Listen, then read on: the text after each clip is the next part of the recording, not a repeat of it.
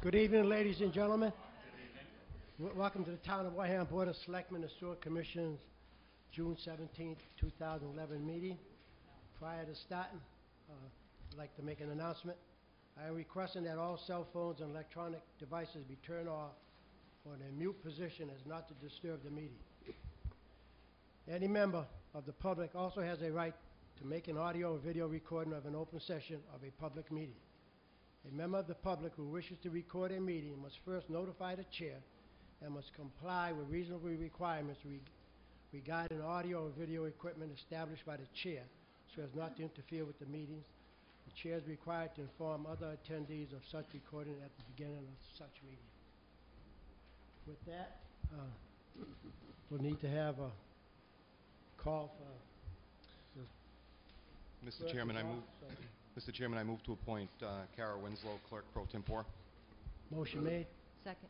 All in favor? Aye. Aye.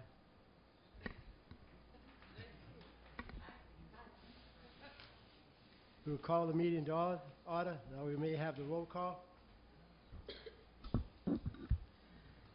Mr. Chair, 4 selectmen are present. Mr. Stephen Holmes is absent this evening, as well as the town administrator. Say that again. He's here. No, I said Selectman Stephen Holmes is absent. I meant the town administrator's here. Okay. It's been a hot day today. So. Any announcements? Yes, Mr. Chair, we have one announcement. With the recent passing of Ida R. Montero, the most recent recipient of Wareham's Boston Post cane, the Board of Selectmen is looking for the town's oldest citizen.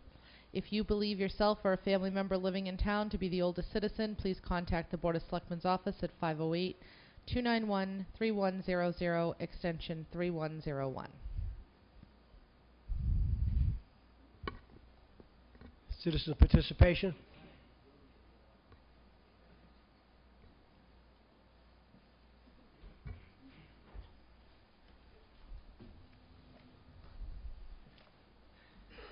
Good evening. Wonderful evening that it is. I just wanted to report on a couple of things that are going on. Last month, Mark and I met, Mr. Andrews and I met with Lynn Coriarty from the Greater New Bedford Workforce Investment Board, and with Jean Fox, the youth director, and Tim Nelson from the Career Center.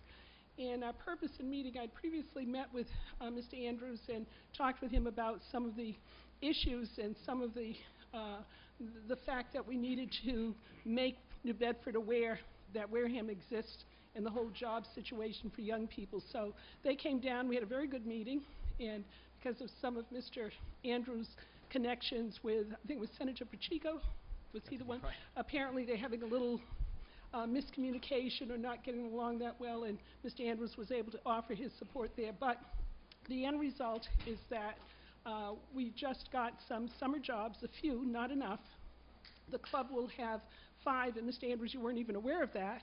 You were aware of this grant that Tracy will be talking about, and I just learned today that we may get a few more slots. The Boys and Girls Club, we use between 20 and 22 young people during the summer. We got a grant from Makepeace, AD Makepeace, for 3, it'll be either 3 or 4 young people. We got one from the United Way, and I also just last week I got a call from Brandy Hill Management. Last December we had worked on a grant. They asked if I would collaborate with them on a grant. They want to provide some services to to children at Brandy Hill. We thought at first the grant wasn't funded, but she found out last week that they did get a small amount of money. So Brandy Hill will pay for 10 children to attend 6 weeks in our summer program. They will provide transportation as well, which is huge. And then in the fall, they will do an after-school program for 25 children on site. So that was very good news. So basically, that's kind of what's happening. I've also been in touch. The club joined the Canal Region Chamber of Commerce so that we could have access to businesses, And I've asked Marie Oliva if the president, if she would consider, if the chamber would consider doing what New Bedford does, in that they approach local businesses and ask for either financial donations or if they would provide slots for young people to go to work. So New Bedford, in the last week, they had a phone-a-thon where people would call businesses and ask if they could contribute something. So that's something I said to her, I realize it's late this year. If something can be done, that would be great, but at least for next year, we want to start earlier. New Bedford has a number of programs.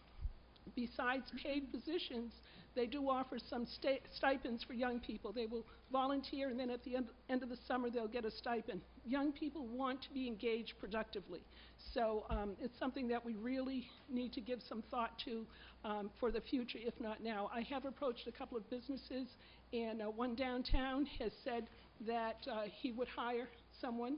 So I sent a young man there today, and we'll see what happens. We can only try to prepare them and send them and let it go from there. And on June 18th, we have the club has its big fundraiser, the Cuckoo Birdhouse Project at the Catanza Club in Marion. So if you haven't gotten an invitation, I'll be sure to get one to you. So we're expecting that to be very successful. And lastly, that ugly garage door in the back of our building will be coming down. We've had some great support for that project. Church in the Pines, the Elks, Heaven's Gate Church. People have been really, really wonderful. So, and Abbey Glass 2 weeks ago donated a brand new $3,200 door. So in the next few weeks, we hope to see a transformation. Thank you. Anything else? Just the two of you up here, but that's it. I appreciate all the hard work they're doing. I hope you have a lot of success in getting. Thank you. Thank you.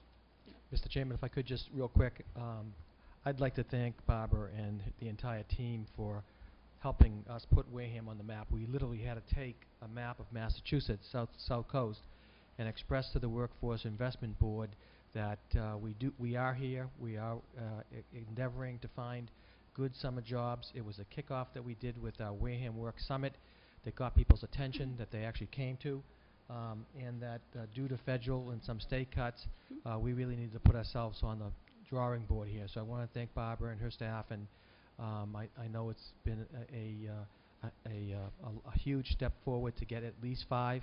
Yes. So that means that that's 5 more jobs for Wareham youth working in town, which is, I think, part of what this board has asked me to endeavor to look at, to try to find ways to build upon that, and hopefully we'll get another 5 on top of that, and hopefully some more before the summer commences. So I want to thank you for your hard work on behalf of the town. Thank you. Thank you. Go. Hi, my name's Tracy Cunningham, and I think that the timing is unbelievable. Workforce Investment Board of Greater New Bedford put out a bid for out-of-school youth, and I am representing not only Tracy Cunningham, a Wareham resident, but Tracy Cunningham, the program director from Work Inc., which is an agency that has historically worked with individuals with disabilities. But in branching off, we are an agency that works with individuals with barriers to employment, undereducated, underskilled, underemployed, quarries, any of the things that don't make finding employment easy.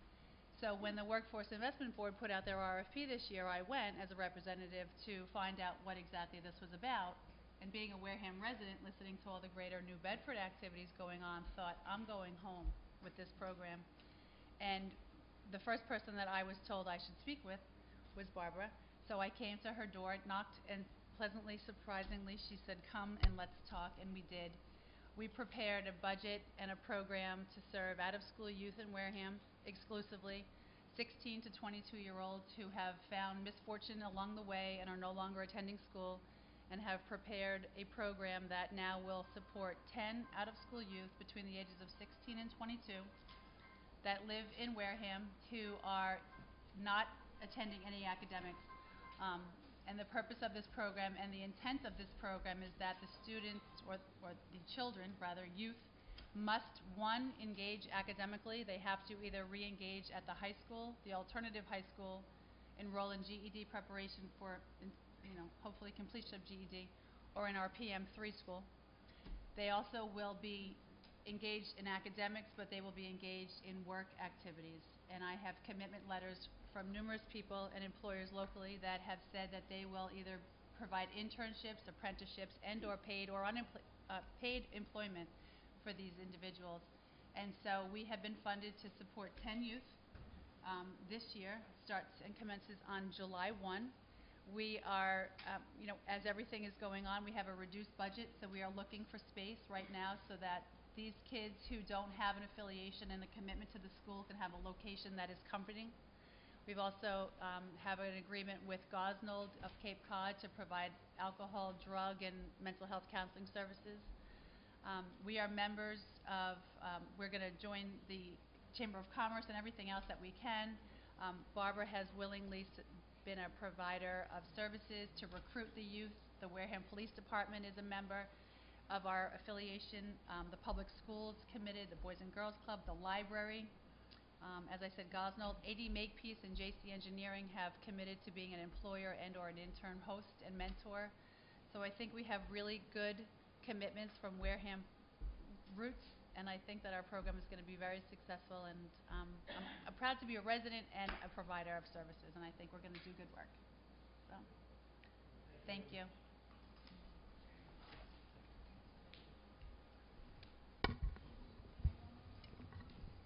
Any other citizen participation? If not, go on with the consent agenda. Authorization to sign bills and document. There are no bills this evening, Mr. Chair. We have interviews to the Bike Path Committee, Clean Water Committee, Commission on Disability, Community Events Committee, Conservation Commission, and Zoning Board of Appeals. However, we have a licensing hearing scheduled. Right. Okay. Why don't we do it's 7:15 for the hearing, so right after the hearing we can go with the interviews. Yes. Would you like to do the approval of the executive session minutes of May 19th, since we have about 75 seconds before 7:15? Yes, that'll be fine. Okay. I think we have more than that. We have a few minutes, but go ahead. Mr. Chair, I make a motion to approve the executive session meeting minutes. It's my understanding that this issue is now resolved, so therefore these would not need to be held.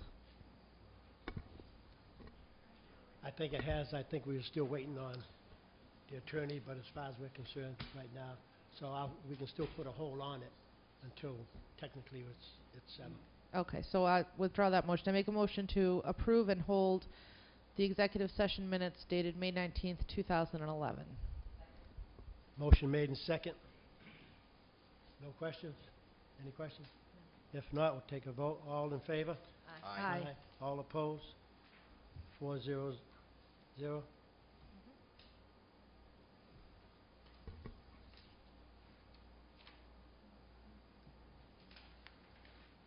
We will go into public hearing at 7:15. I think it's 7:15 now.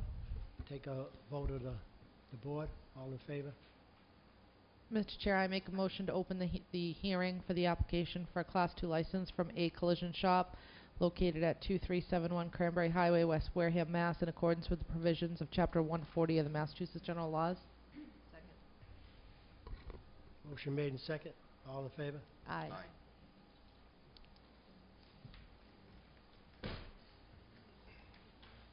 Yeah, there was. Sure. We have to go into open meeting, take a vote. Just for Open the hearing. Just for executive, right. Okay, the first one on for the meeting is Kara? What was that, Mr. Chair? The first one on the hearing is the application for Class 2 license. Yes, A Collision Shop, Inc.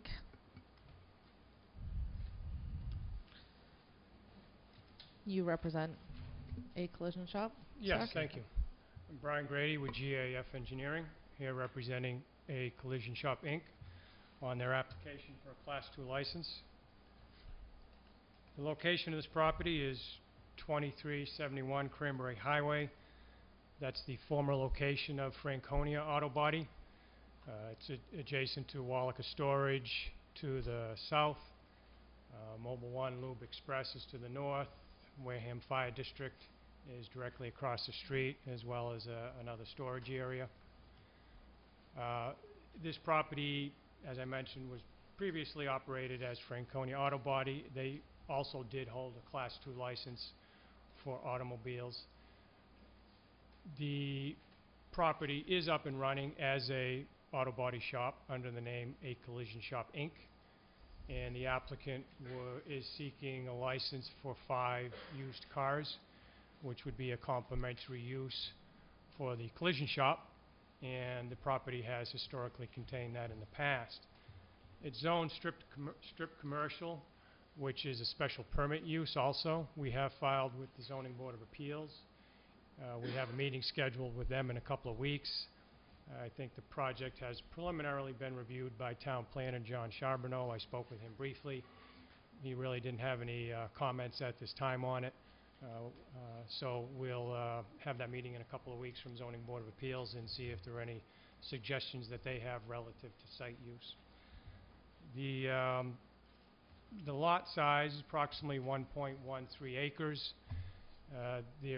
We did file an A&R plan. There are plans currently being discussed with the applicant, myself, an architect for the project for future improvements to the site, an expansion of the auto body shop, and potentially some coming back to you requesting to display some additional used vehicles. But those plans are in the works. We have prepared an A&R plan for the property, which was signed by the planning board, which would add an additional 24,000 square feet to the property, bringing it to a total of 1.7 acres. So those plans are in the works, but that's going to take several months to work out those details and then see where we are in file for the long term. I think you have in your package, if I'm not correct, some copies of the layout. If not, I have some copies I can provide to you. And again, we're seeking a license for display of 5 vehicles at this time. If I could respond to any questions. Okay, so at this point, all you're applying for is the Class II license, which the farm owner previously had. That's correct. Right.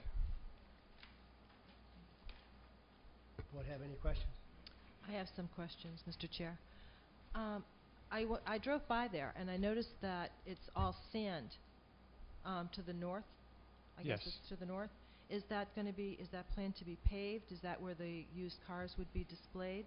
The used cars would be displayed in front of the building per the plan.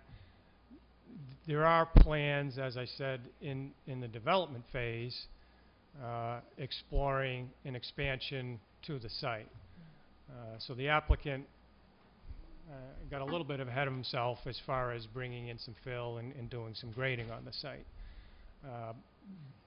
There are no immediate plans because the plans aren't finalized yet as to will there be paving, what it's going to look like. Those are in development. As they get developed, we will file for the appropriate permits and licenses for those. I can, if they do go through to fruition, the preliminary discussions that I've had involve, in addition to the structure in the rear, the front parking area would be paved with some underground stormwater drainage for it, and the rear area would be used for miscellaneous storage of vehicles and things like that. But there are no plans on paper. These are just kind of concept discussions that I've had with the applicant.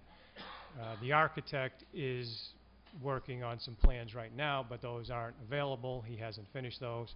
I don't know when those will be available.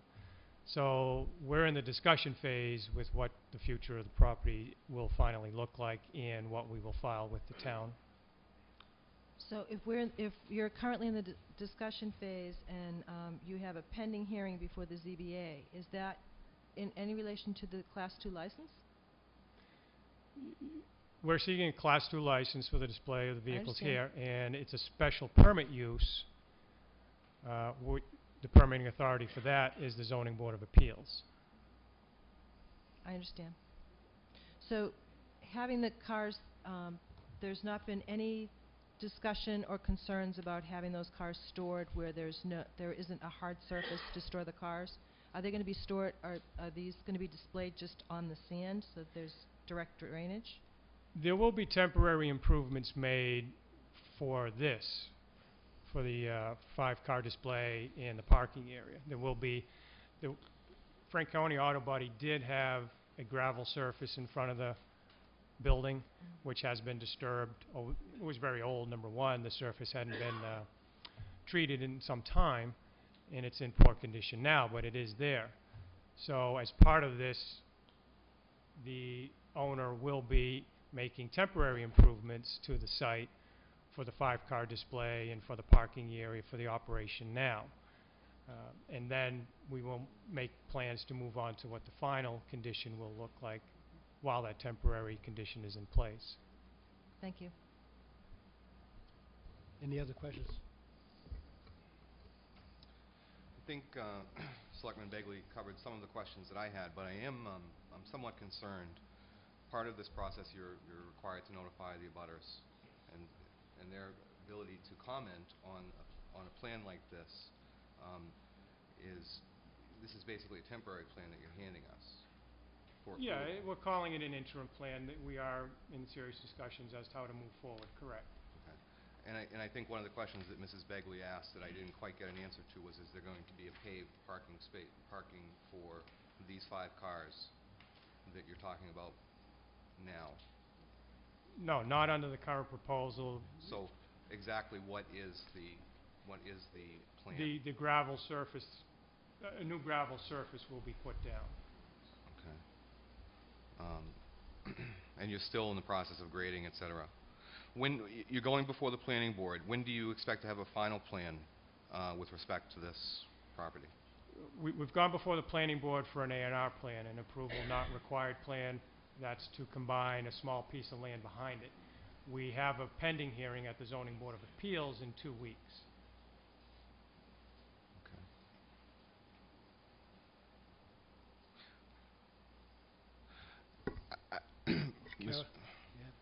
Go ahead. I guess I'm a little bit concerned that we don't have something concrete that we're looking at as a final plan.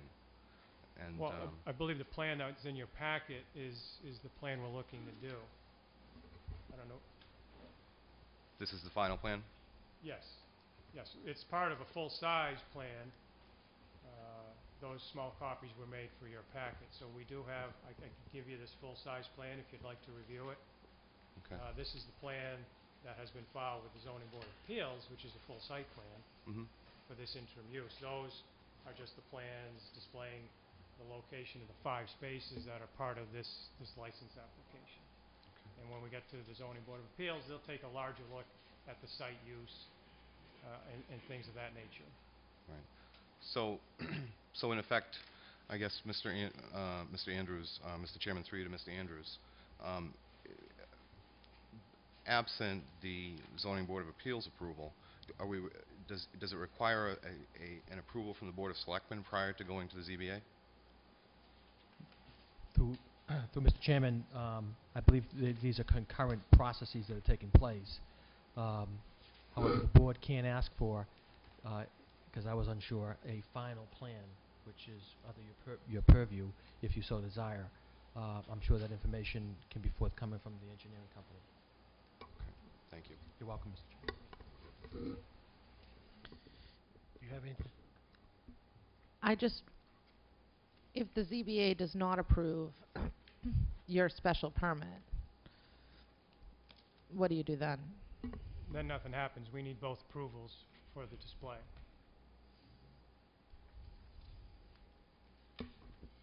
Okay, the only other question I have is you have the abutters, and I don't see any green cards for any of the abutters that you have here. And the second one, I'm going to reiterate what my fellow members said. Now, with the zoning board, does that have anything to do with what you're coming here for today, or the zoning board is for your plan on increasing the site, and you need to go to them for that. Class 2 license has nothing to do with what you're going to the zoning board for, or does it? No, you are the Class 2 licensing Right. authority. We're going to the zoning board with this exact same plan for special permit use for motor vehicle sales in the strip commercial district. So we need both approvals to be able to have this use. Now, this, as you stated earlier, this was at one time Franconia's auto body, right? Correct. So they did have all the permits required to have function as an auto body shop. At one time, Franconia did hold a Class 2 license as well, correct. And when is your meeting with the zoning board? I believe it is the 22nd. Of this month? Yes. Okay. What I would recommend is go to the zoning board, get a clearance from them, let us see your green cards, because I didn't see any green cards. I'm sorry, I do have them with me You today. do have them? Yes, sir. And we have one discrepancy on the application, and we're going to make it right, and then by that time, we should be ready to come back and okay the, because what I'm looking at, and let the board members know, if you look at the Town of Wareham Selectmen's Office Class 2 application form, where all the applicants had signed down below. Okay, there's one signature we have to get. Where's what? Right, we have to get one from the building inspector, which is Andy Williams. And right now, he's on bereavement leave.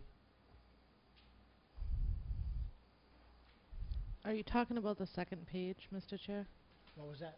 The second page in our packet? Yeah, the second page right after, yeah. That- As soon as you turn it, That was signed. yeah, but it's signed by Miles Burke and not Andy Williams. Andy Williams is the building inspector.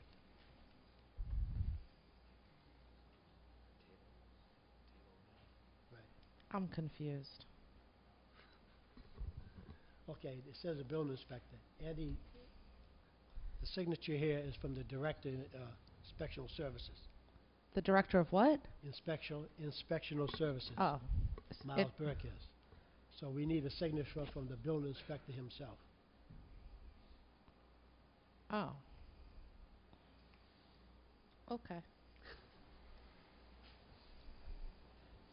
Any other questions? Any questions from the public? Anybody opposed, for it?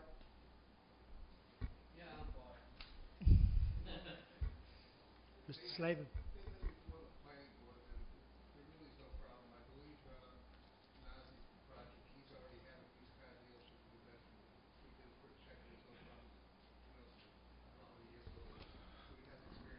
Mr. Chairman, through you, could we ask the speaker to come to the microphone? Okay.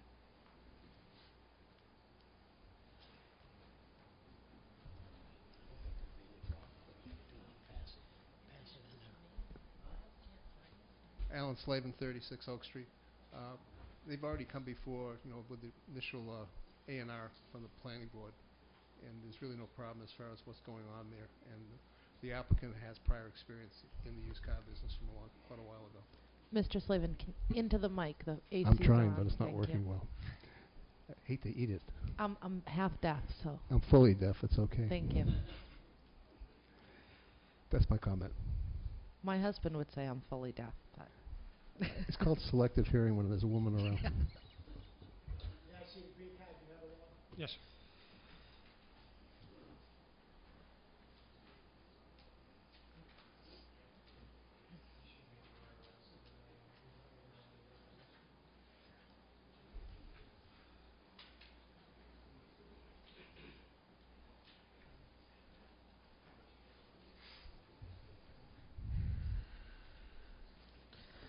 Mr. Chair? Well, while you're looking at the Yes. green cards, can I just make a comment? Yes, go ahead.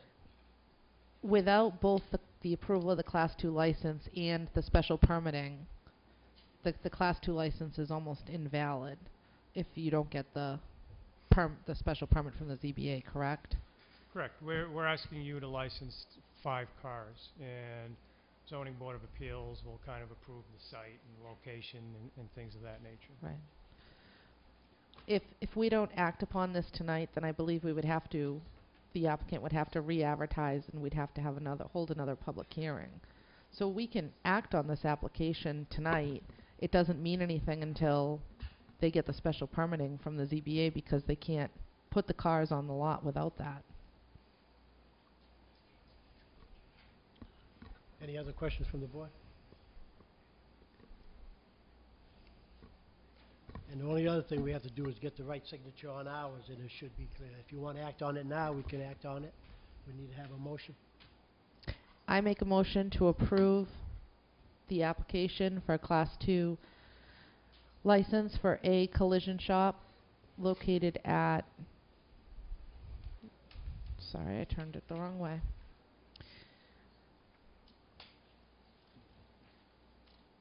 (2371) Cranberry Highway, West Wareham, Mass. In accordance with the provisions of Chapter 140 of the Massachusetts General Laws. Did I miss something? No. Oh. Motion made. Second for discussion. Kara, would you accept a friendly amendment to that? Certainly, Mr. Schneider. Subject to approval of the Zoning Board of Appeals and compliance, in full compliance with the conditions of the Zoning Board of Appeals. Mike, I don't think they can hear. The AC is on, so you got to talk right into the microphone.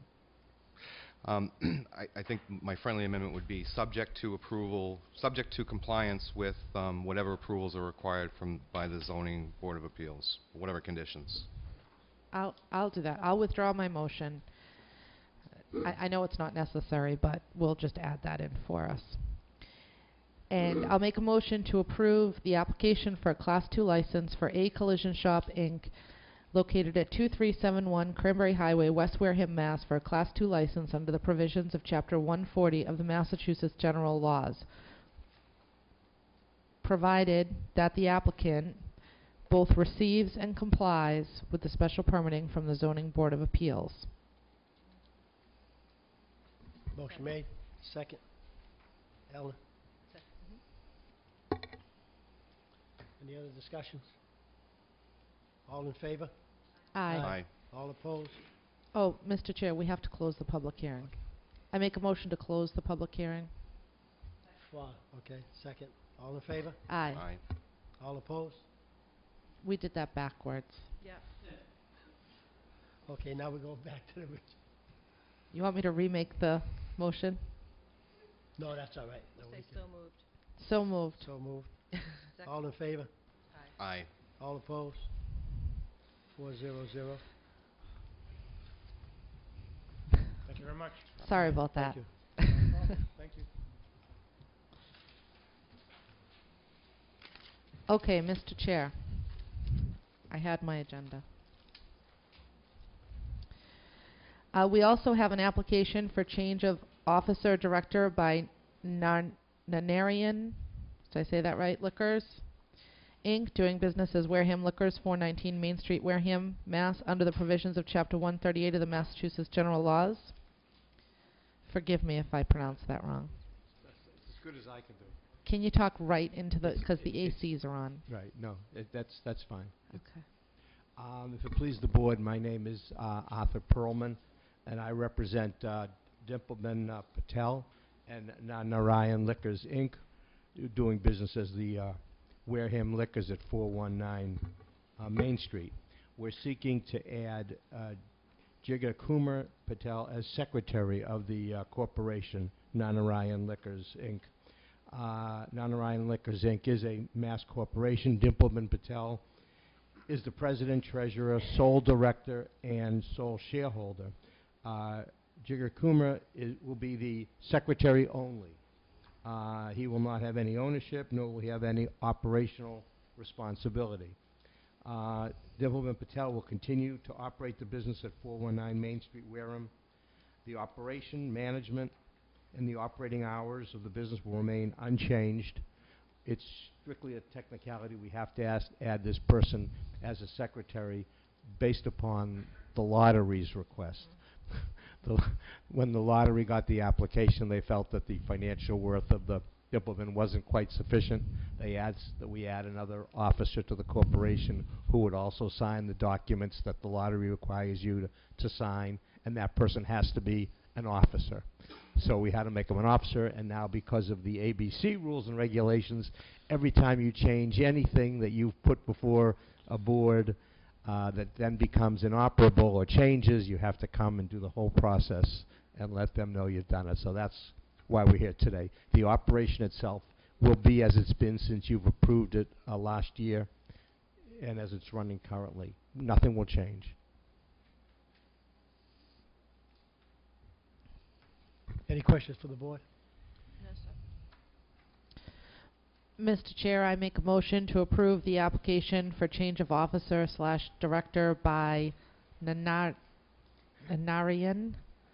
Liquors, Inc., doing business as Wareham Liquors, 419 Main Street, Wareham, Mass., under the provisions of Chapter 138 of the Massachusetts General Laws. Second. Motion made and second. Any other questions? All in favor? Aye. All opposed? 400. Thank you very much. Thank you very much. Thank you. Mr. Chair, our final license and permit for the evening is an application for 2 one-day all alcoholic beverage licenses. Permits by Cromeset Tribe number 156, Improved Order of Redmond, Inc., 745 Main Street, Wareham, on June 19th, 2011 and August 7th, 2011 from 12 p.m. to 5 p.m. under the provisions of Chapter 138 of the Massachusetts General Laws. Welcome. Thank you. Mr. Chairman, ladies and gentlemen, my name is Phil Gustafson, Bar Manager, Improved Order Redmond. This one for our clam bake, for the Redmond clam bake, we've done approximately 60 years.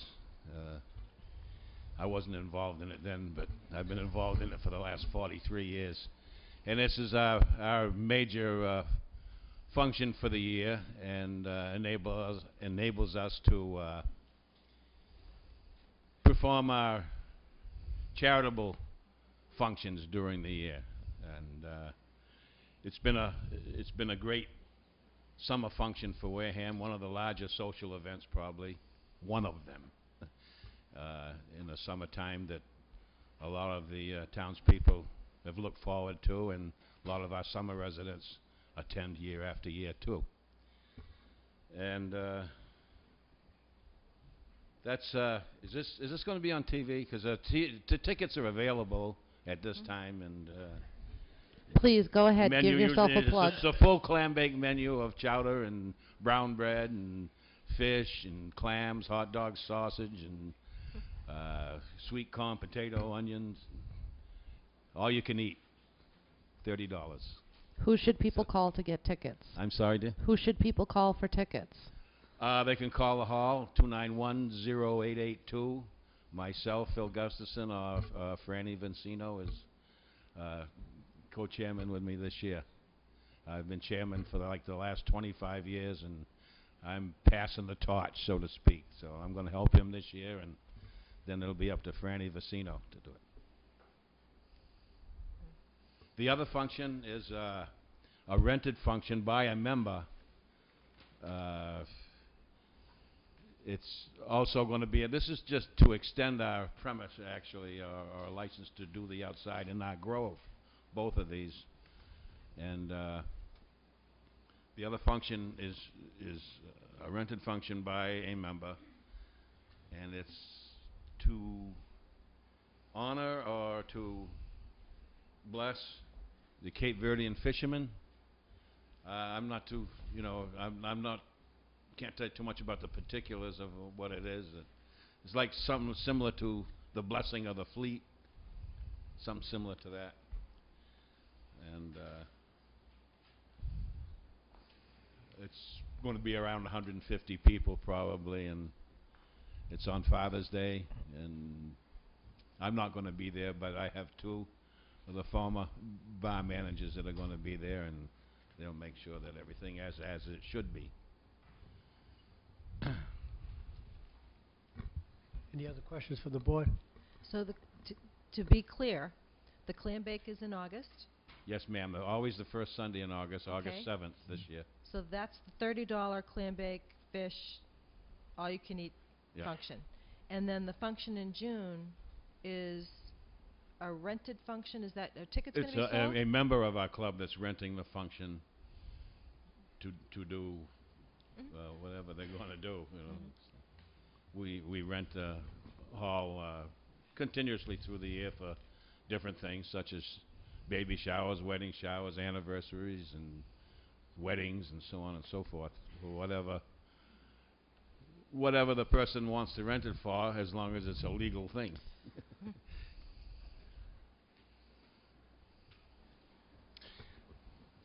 And just, Mr. Chairman, through you, just so I'm clear on this, the person in charge of that function that the facility is being rented is former Selectman Kenny. Yeah. Yeah. Mr. Roach. Yep. Okay. Kenny Roach. Any other questions from the board? I don't have any questions, but I do believe we have to do these as separate motions. Correct? Okay. So I'm going to start with the June one. I make a motion to approve the application for a one-day all-alcoholic beverage license permit by Cremisa Tribe Number 156, Improved Order of Redmond, Inc., 745 Main Street, Wareham, on June 19th, 2011, for the moral and religious support to Cape Verdean fishermen, similar to the Blessing of the Fleet, between the hours of 12 p.m. to 5 p.m. under the provisions of Chapter 138 of the Massachusetts General Laws. Motion made. Second. Motion made and second. All in favor? Aye. All opposed? 400.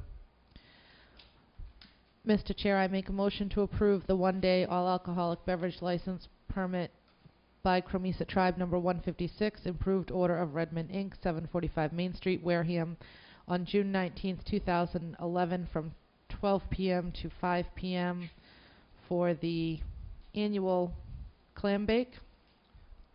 Mrs. Winslow, I think that's August event. Oh, I'm sorry. Scratch that. On August 7th, 2011, from 12 to 5 p.m. for the annual clam bake under the provisions of Chapter 138 of the Massachusetts General Laws. Second. Motion made and second. All in favor? Aye. Aye. All opposed? 400. Thank you very much, and you got your advertisement in. Thank you very much. Thank you. You all have a good night. Now, I'll get called to pick that up, or is there Go a into certain the day I office. go to pick it up? Yeah, the office. We'll sign it tonight if it's in our box. Okay, well, Shirley will call me up. Yeah. Okay, Yeah. thank you very much. Thank you. Mr. Chair, we have interviews to the Bike Path Committee, Clean Water Committee, Community Events Committee, Commission on Disability, Conservation Commission, and Zoning Board of Appeals. What's your pleasure? Okay, we'll go right down the line, and we'll call them as they appear on our agenda. Okay, so that would mean we'd be starting with the Bike Path Committee, Mr. David Smith.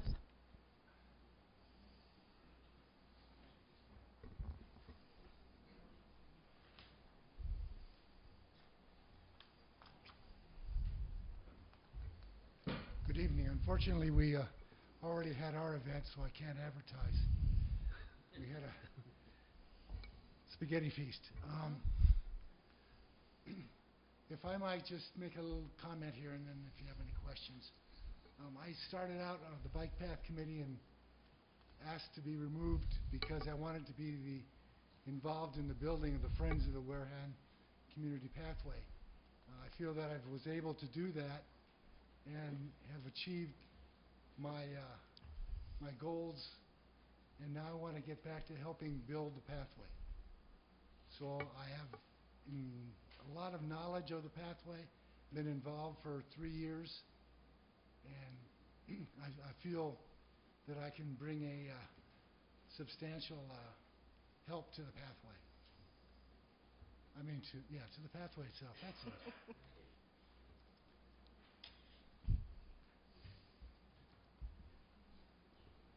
Any questions from the board? I just have a couple. The Friends of the Pathway, that's the fundraising piece of it, correct? I'm sorry. The Friends of the Pathway, isn't that the fundraising? Yeah, their main purpose is to raise funds and to make awareness to the public of the pathway. And they're doing that because obviously a committee can't Right. do that sort of thing. Right. The only other question that I have, and it probably sounds like a dumb question, but you know what they say, no question is a dumb question, right? That's what they say. So I'm told. I'm sure in the media we'll find out tomorrow. If I thought I was always under the impression that if you held an elected office that you couldn't serve on a committee. Is that only for the school committee and the Board of Selectmen, or?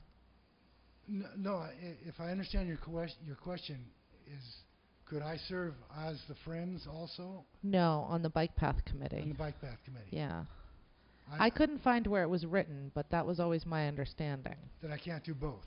Well, no, that's what I'm asking you. Do you know? My understanding is if you want to be a member of the Friends Committee and a member of the Bike Path Committee, as long as you have no responsibility as far as Finances Committee. If you can't make any decisions or make any recommendations as far as selecting money or collecting money or that sort of thing, I think that's... I checked with the... I forgot the name of the board. The Ethics Commission. The Ethics Committee, correct. And they said that it was okay for... Oh, okay. to be part of, as long as I don't have any vote or any substantial involvement in the finances. Okay. Thank you. Any other questions? I have just one question. How are you, David? Oh, I'm been better. I'm nervous for some reason. I see that you have a disclosure here because you did identify that it may be a conflict because you were involved in fundraising.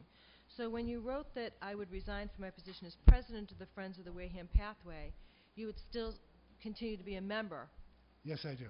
of the Wareham Pathway. Of the Friends of the... Yes, I understand. Right. Thanks.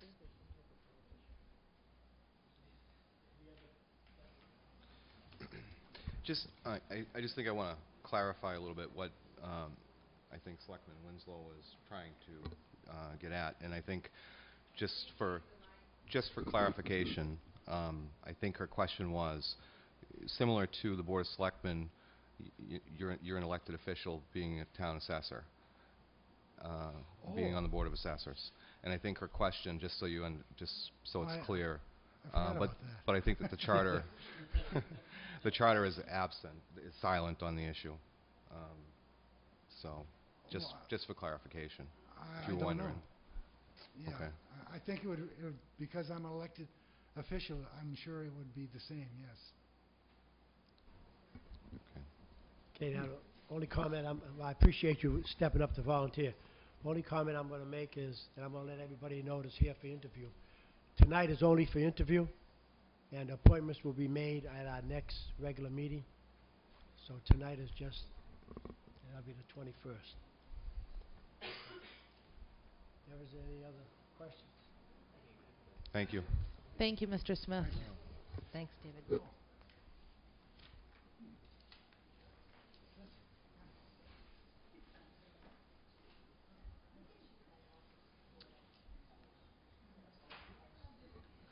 What do we have next?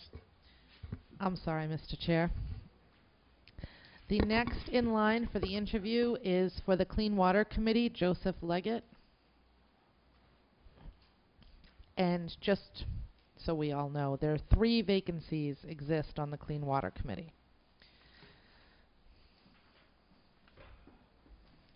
Good evening. Afternoon. Name's Joe Leggett, 14 Bayside Drive. Talk into the mic. I thought I was. It's staying No, right. you gotta like really get close. Gotta eat the sucker. Okay, can you hear me? Yes, thank you. It's like that commercial. Martha, can you hear me? Can you hear me now? Can you hear me now? Yes. Okay, like I said, I'm Joseph Leggett. I live at 14 Bayside. Lifelong resident of the town of Wareham. I have the time to dedicate to this, and major reason why I'm doing it is because right now we have 2 gentlemen that they can't really get a quorum and get going on the business at hand of the Clean Water Committee. So I'd like to help them out, and I've been boning up on a lot of stuff. I've gone to 2 meetings, but there was no quorum, so not too much you can do. And I have been to a couple of Board of Health meetings where they've actually discussed the issues with the nitrogen and stuff like that. So I'm getting up to speed on what they're dealing with on the Clean Water Committee. So that's why I'm before you now. And nervous. Any questions from the board? It's been, Mr. Leggett already addressed the issue that he can't really attend. Well, he has attended some of the meetings, but there hasn't been a quorum. So he's already shown some dedication there, if there's only 2 people that are in the Clean Water Committee at the moment. Yeah, and by the looks of the application, I don't know what we have on file already, but if there's 3 vacancies, and you still have time to send in, and if anybody else wants to join and volunteer for Wareham, we're all doing it for the town of Wareham, so we need to step up, and now's the opportunity to do it. Any other questions from the board? Just a comment. I think that this is an extremely important committee for the town, both for environmental reasons and economic impact. And I certainly appreciate your volunteerism. Kara? Oh, I don't have any questions, but thank you. I appreciate you for volunteering. Thank you. Very much. Mr. Chair, next we have the Community Events Committee, Mr. Tom Monahan. Now, there are two people who are up for reappointment. Other than those 2 positions, no vacancies currently exist on the board. But as you know, we decided that we weren't going to just automatically re-up people. We wanted to, hear from everybody. Makes sense to me for sure. Yeah. Tom Monahan, 111 Pineview Terrace, Great Hill Estates, West Wareham.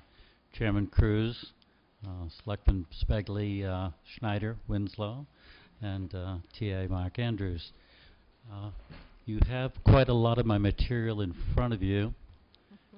And if I were to summarize, by way of moving it along, my parents always were big on minding your P's and Q's. And that's something I'm learning slowly again, or relearning. But my P and my Q that I'd like you to be mindful of is I certainly have the passion for the job. And yes, in fact, I do have the qualifications as well. So should there be an opening, be mindful that Tom Monahan is interested and available.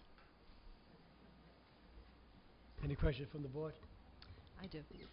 Hi, Mr. Monahan. How are you? Hi, Ellen. How are you? Very well, thank you. You were involved in the arts. Yes, Community Arts in Community Action. Arts in Action, and that certainly was kind of as far as I was concerned, kind of an offshoot for Community Events Committee. Now, how long was that? We had a 16-month run, and we're able to make major contributions to 4 different entities here in town and brought entertainment in. We were pleased with what we did, but financial concerns eventually, when you're an artistic success but not necessarily a financial success, something has to go, and we had to say goodbye to Community Arts in Action. I understand. Now, are you on any committees right now? I am not currently.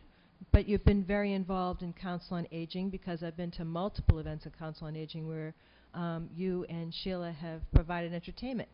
Thank you. Hopefully you enjoyed it. Very much so. Thank you. Any other questions from the board? Thank you, Mr. Monahan. Thank you, Kara. Through you, Mr. Chairman, my question to you, Mr. Monahan, is the Community Events Committee ready for your energy?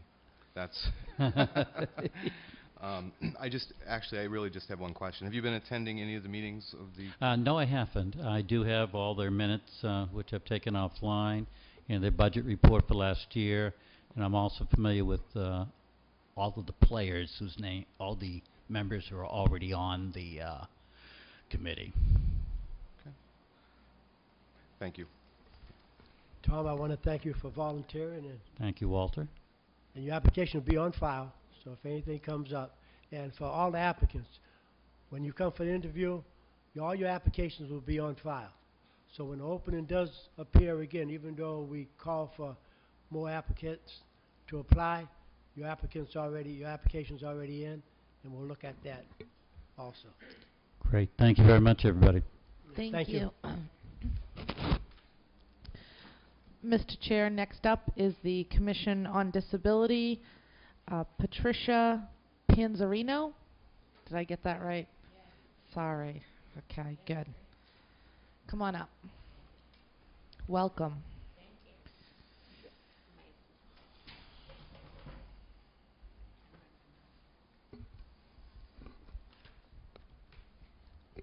Oops, I almost ate it.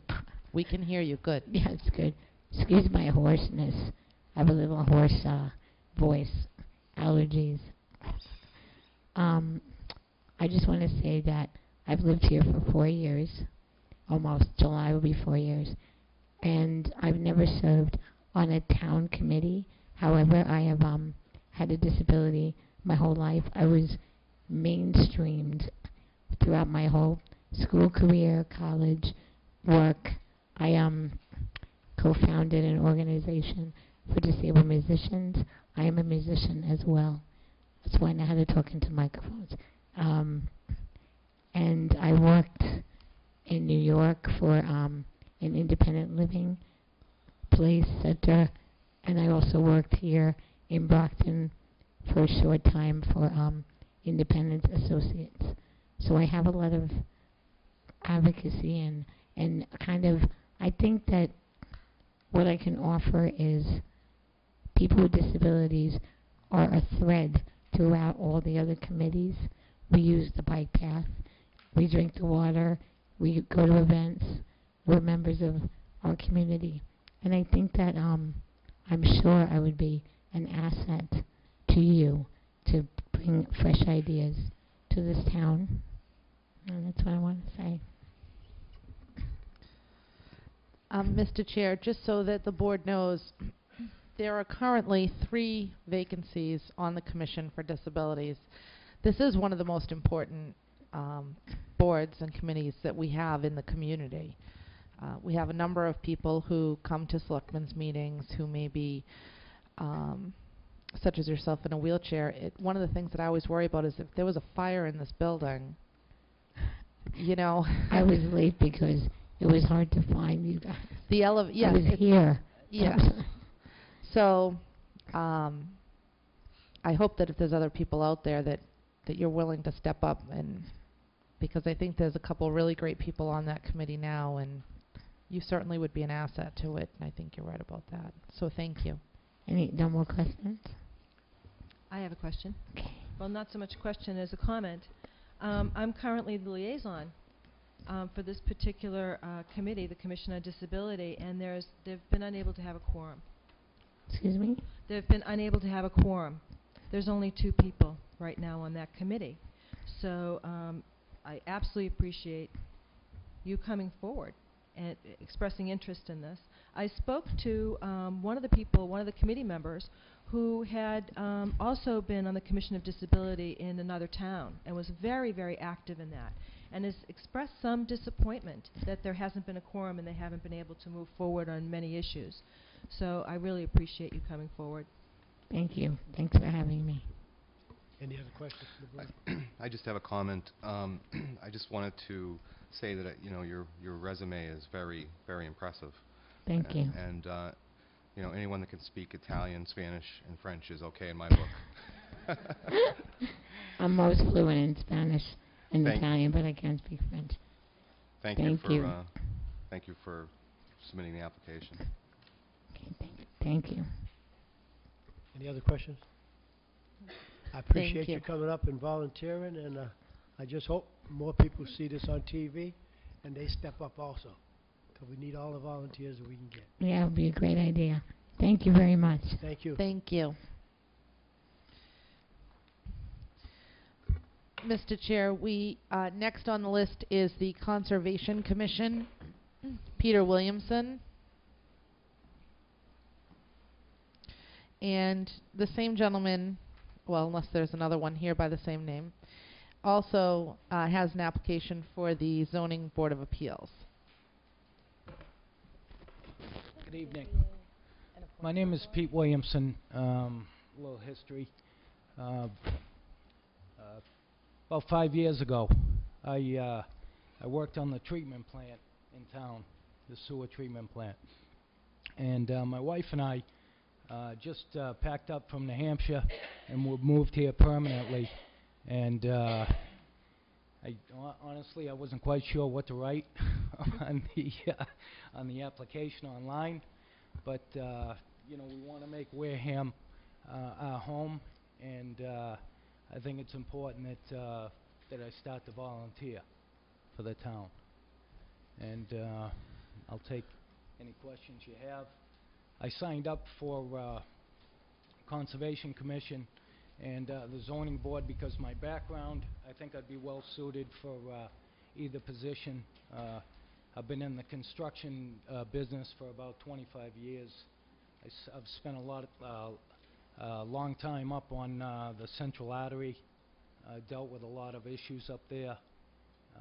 I manage a mid-size construction company in Massachusetts now, and I'm just looking to volunteer and give my time at this point. Mr. Chair? Yes, go ahead. There are 2 associate vacancies on this board, and 2 members are up for reappointment. Just an FYI. For which board, Mrs. Winslow? The Conservation Commission. And for zoning, what is that? Isn't zoning the other appointing authority? No? They fall under us? Yeah, okay, I see it. 2 associates vacancy. 2 associate, yeah, and 1 member is up for reappointment on the ZBA. So I appreciate you stepping up to volunteer, and not only volunteering, but you're taking ownership, you know, by trying to get on the committee. Sure. And I appreciate that very much. Absolutely. Any other questions from the... Yes, through you, Mr. Chairman. I'm assuming your Conservation Commission is your first choice? It was either one. Was You either know, one. I just honestly, I just want to be able to help and assist the town, and you know, I have thorough knowledge in construction and development. So whatever board was needed my services the most, I would be willing to serve. Okay. Great. I'm not. No questions. I was going to ask if you had, Mr. Williamson, I was going to ask if you had a preference, but you've expressed that you don't, so either No, one. No, I do not. I'm looking to help, and you know, if you find my services acceptable and you need me on either board, I'm willing to serve on either one. And as I said before, on the 21st, we'll be making appointments. If you want me to come back then, hear what's going on and be involved, and I like your attitude. Yeah, that's fine. Yeah. Okay. Thank you very I much. appreciate your time. Thank you. Thank you.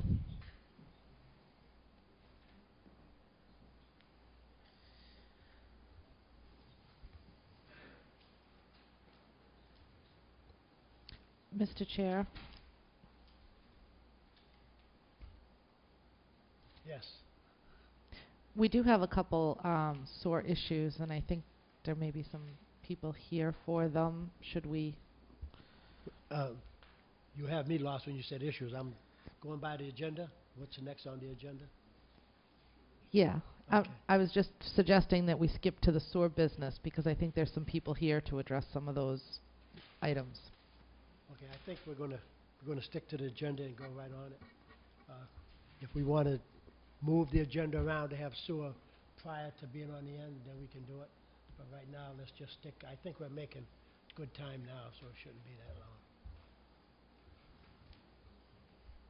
Okay, right, the town administrator's report. Mr. Chairman, through you to the audience and the members of the board, listening audience. I first of all wanted to let everyone know that we have They offer and completed a process for the Director of Assessment in our Assessor's Office. Selectman Snyder and I conducted the final interviews. Prior to that, Chairman Steve Curry and Building Inspector Andy Williams conducted the preliminary interviews. This is a critical position, as you know. We have initiated, for the record, we need to fill this position, and through our process, I have appointed Ms. Elsa Miller to the position of Director of Assessment. She is well qualified. She has a number of new and exciting ideas to move the assessing department forward. And as you know, this is a critical juncture given the fact that we are in our triennial revaluation period. And so I have her recommendation.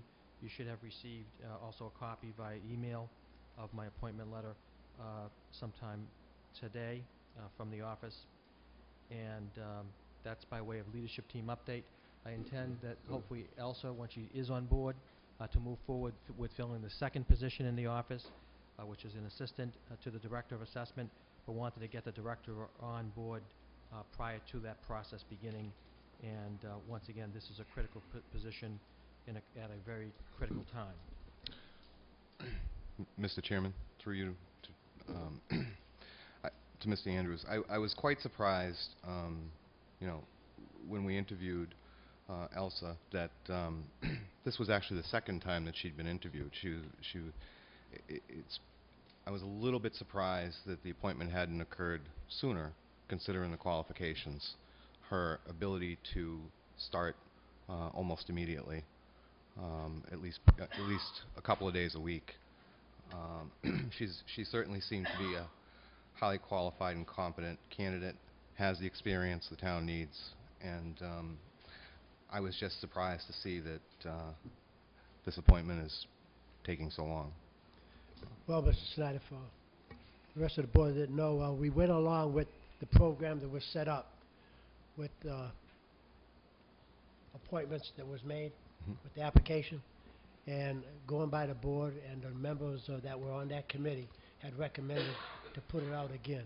So we went according to that committee, which we are trying to be, whatever you want to say, upfront with it. So why have a committee if we're not going to take their recommendations? And we went by the committee, and it came back just as you stated. She could have been over here a month earlier. Right, would have been. But it's good that we went by the policy, because now we eliminate anything that somebody said, oh, this is the person that you picked or I picked. No, we went through the procedure, and it worked out fine. So I understand your point, Mr. Chairman, and I certainly understand your point, and I agree. And I guess my point is, I just wish that we could have, had her on a month earlier. maybe we'll have you on more of the committees. Mr. Chairman, if I could move on to item number 2, just to alert the board that we have the resignation of Dan Meadows, who worked at the water treatment facility as a lead maintenance technician, and I'm working with Guy Campina and Mr. Mark Gifford to fill this important position at the facility. I'll keep you posted on the progress of that. Safe Summer 2011 has been initiated, and I just wanted to let folks know that on Friday, June 17th, we will be having a kickoff with the Safe Summer Committee and all the members of the board, all of the committees in town, elected members of our delegation, legislative delegation, and Congressman Frank's office have been invited. Congressman himself has been invited. The committee itself, once again, just wanted to point this out. Chief Richard Stanley, Bill Philman of the Wareham Police Department, Dave Evans of the Emergency Medical Services Area, Miles Burke, Director of Inspectional Services, Gary Buckminster, Harbor Master, Bob Ethier, our Health Agent, Susan Green from the Council on Aging, Mary Lou Payton from the Onset Bay Association, Jackie Lindsay, who I see here tonight from the Wareham Business Association, Mr. Mark Gifford from our Municipal Maintenance Area, Matt Underhill from our IT area. We've really tried to move this forward so we can kick this important program off. As we all noted last year, Safe Summer 2010 was a huge success. and we're looking to get the festivities off with some introduction of our lifeguards. Once again, introductions and invitations to federal, state, and local officials. And we're trying to make this event once again, a prestigious kickoff, as we did last year, with hopefully alerting local and regional media outlets. And we meet right after the leadership team meeting each Wednesday, and we'll get that going up until the 17th when we kick it off, and wanted to make the board aware of that aspect of the program. Item B, if I could ask Guy to step forward and give the Reader's Digest version of what's going to happen. He's always out there working it. He has this effective utility management group coming in that came in on Monday, constantly looking for ways to cut costs, to reduce some of our expenditures. And Guy, maybe you can give us an update as to what happened yesterday. Absolutely. Good evening, Mr. Chair, members of the board. Mr. Andrews, Monday from 10 a.m. to 4 in the afternoon, we had a group of people from an engineering firm, Cadmus, sent to us by the EPA. They are funded by the EPA, and they work for the EPA, and their goal was to do an overview of the plant and assess 10 points of what we're doing at the plant. One being energy, management, customer service. They're all in here.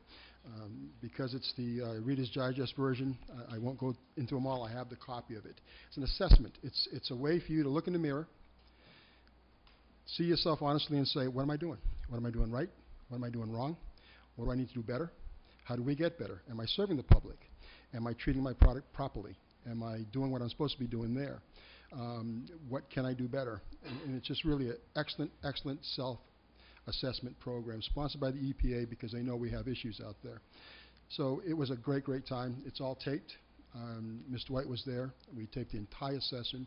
So I'm going to offer it to Mr. Andrews through him to give it to the other members, because it can be applied to all departments, not just the wastewater department, because it's not all the time that we sit, stop, catch our breath, and look and say, okay, let me evaluate.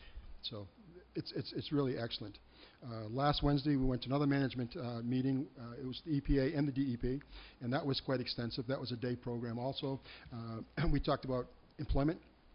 One of the biggest things facing us is baby boomers. People are retiring. That institutional knowledge is going, and how do we replace it? Everybody's having the issue, so we did a big roundtable on that. Very interesting. So one of the things that I would like to look into in the very near future is something along the line of co-op programs, working with a local school, probably Upper Cape, that has students in the field, and maybe bring them in. So that was one of the things we talked about. Another issue we talked about is the Mawam, which comes to point now. We just had this tornado, and usually we say things don't happen here: tornadoes, hurricanes, disasters. And what happens if we have one? If I go down this Mawam program, and I've got copies for you, it's voluntary. You do not have to participate, and basically what you're doing is you're sharing with many communities throughout the state of Massachusetts. Equipment, manpower, whatever you need to keep your plant running. It could be something as simple as a sick out. I mean, my goodness, if there's an epidemic and everybody gets sick, how do we run the plant? I make some phone calls, and all the plants in this area send me people, and the same thing with us. So we talked about that, which is an excellent, so I'll give that to you. We talked about energy, how to be efficient, green, and I've got all the stuff for you. As the state of Massachusetts has a very initiative program. The governor's been working hard on energy consumption, reducing the consumption of energy, and going green. It's really huge. We're looking at solar power right now. We're in the middle of looking at some really great programs, 10 acres to develop, which is very beneficial. 14th of this month at the plant, Atlantic Design will be there about the turbines. I know that's a controversial issue, but they'll be there. We do have that on the table. They've got some innovative things they want to talk about, shrinking the size, the style. I mean, the industry is going crazy, and it's something that we should pursue. I want to point out that the town of Falmouth, I just learned this, the town of Falmouth is net zero energy at their wastewater treatment plant. They use no energy. That's a tremendous savings to the ratepayers. They also give energy back to the community, so it's a tremendous savings to the taxpayers. It does work. They have their issues. They're resolving them, and it's not as substantial as people have made it out to be. So that's interesting, and I think that needs to be researched because it's critical and important. We're in economic times, and we talk about quality of life. Well, if I put money back in your pocket, that speaks to your quality of life. Data management, we're talking about that. We've got some companies coming in. That's another big thing, to look at how we take all this data. How do we manage it? We have some software, but you know, software in today going paperless.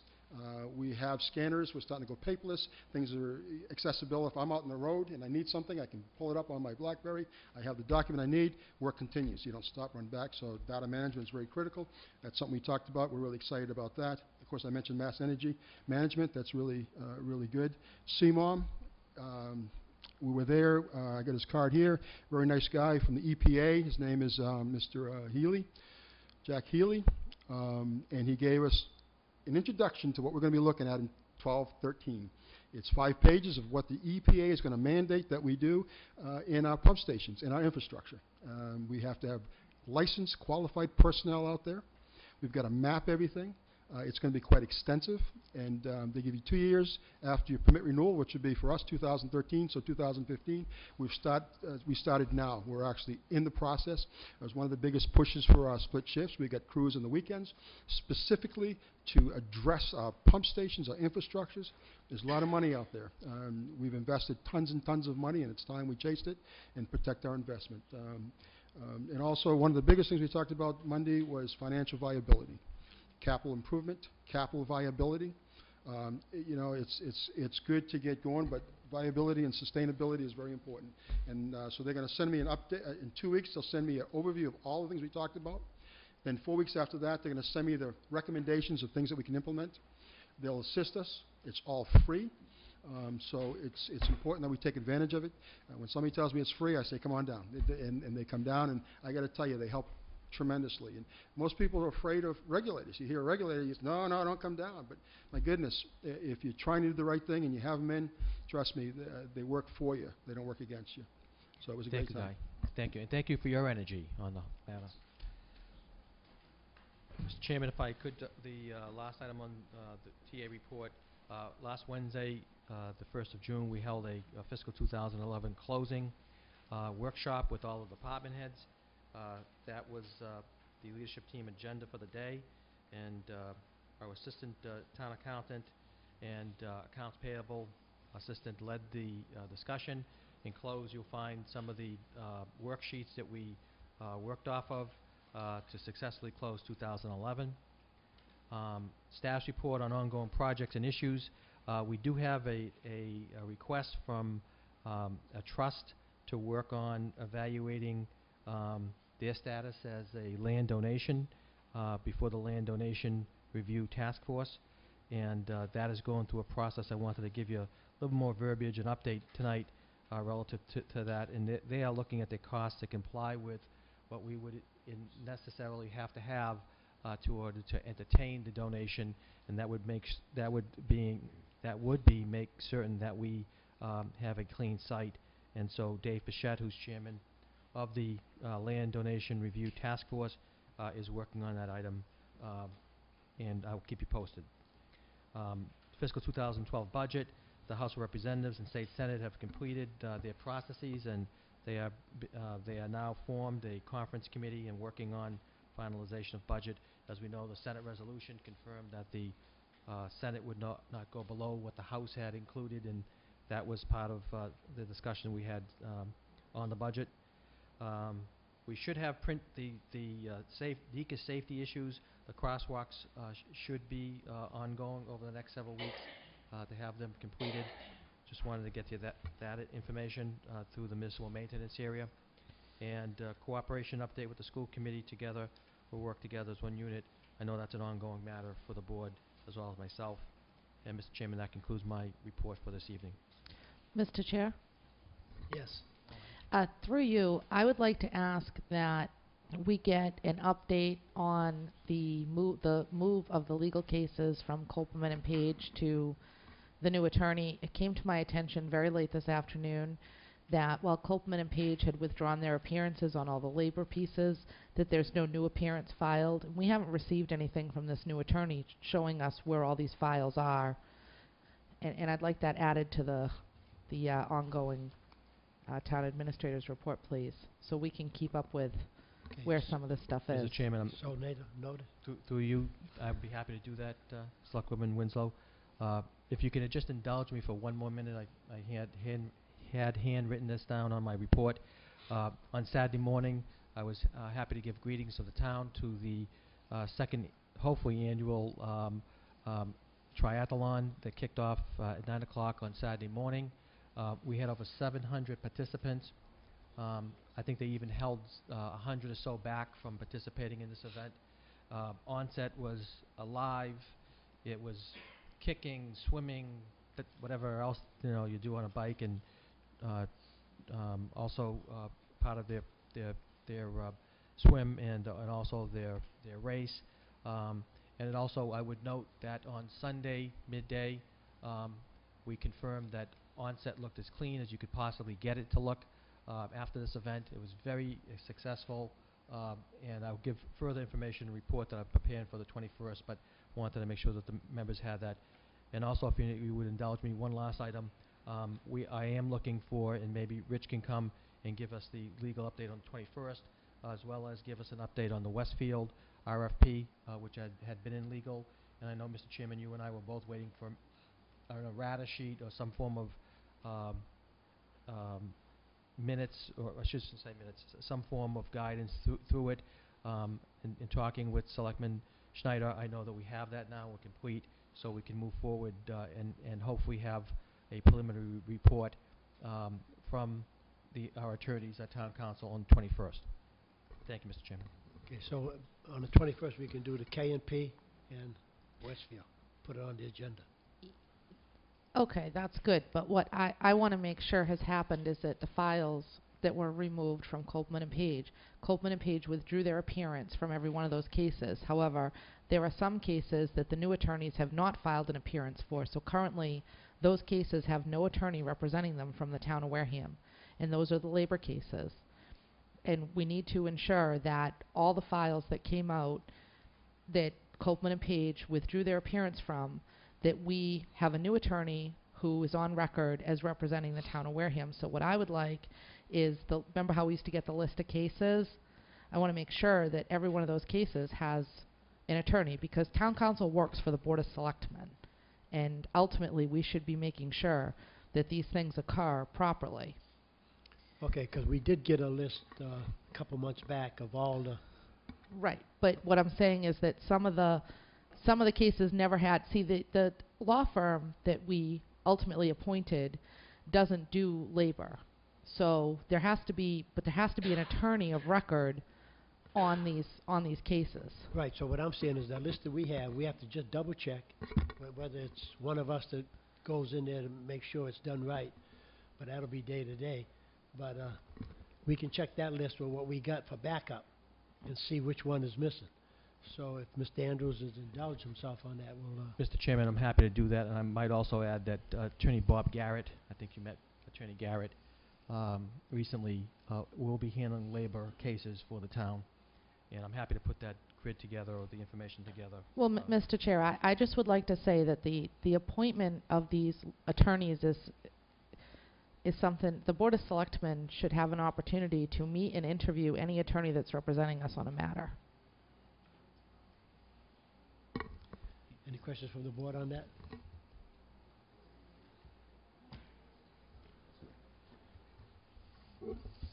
Could you clarify that, Selectman Winslow? In the past, the attorneys all worked for one law firm. Now that we've appointed a law firm that does not include certain types of law, such as labor law, there's a new attorney who's been appointed that I guess we met. I'm assuming that's the attorney that was here the night of the hearing. But these cases, are cases on the labor piece that ultimately we're the party to that contract. Mark negotiates it and does all those things, But we should have an opportunity to meet and at least ask questions of whoever's representing us on these cases. Just because we hired a non-all-inclusive law firm doesn't mean that we should just be going out and hiring any lawyer. I mean, we don't know anything about this person, but ultimately they're responsible for representing the interests of the town and the board. And this individual has not entered his appearance on the labor cases. Well, I have a question on that. We had one attorney that had probably 47 attorneys in his firm. We have one that has 5. Now, the one that has 5 doesn't have the 47, but that doesn't mean that he doesn't have availability to work with other law firms that can settle whatever cases we have to settle. So, Mr. in Chair. essence, I'm just saying, we go to this new law firm that we have. If there's a labor case, he'll probably know someone that's up to date on labor and hires him. Now, we're going to question everybody that he brings forward? I'm not suggesting that we question. When we had the former law firm, if there was an issue with an attorney, then the board would address that issue with the former law firm, and in one case, that attorney was moved along out of Wareham, and we were assigned a new one. I Well- think that we should at least have the courtesy of meeting and being able to ask questions of and feeling comfortable with who's representing us. Now, when the Mr. Chair- attorney gave us his proposal, 5 attorneys or 7, did we question every one of them? All we had was 2 here. No, I'm not So we're suggesting taking that. the What I'm word, but we saying, have the option, no matter what attorney they hire, if we're not satisfied, we have the option to have them replaced. but that's what I'm saying. What I'm saying is that we now have an attorney that none of us knew about.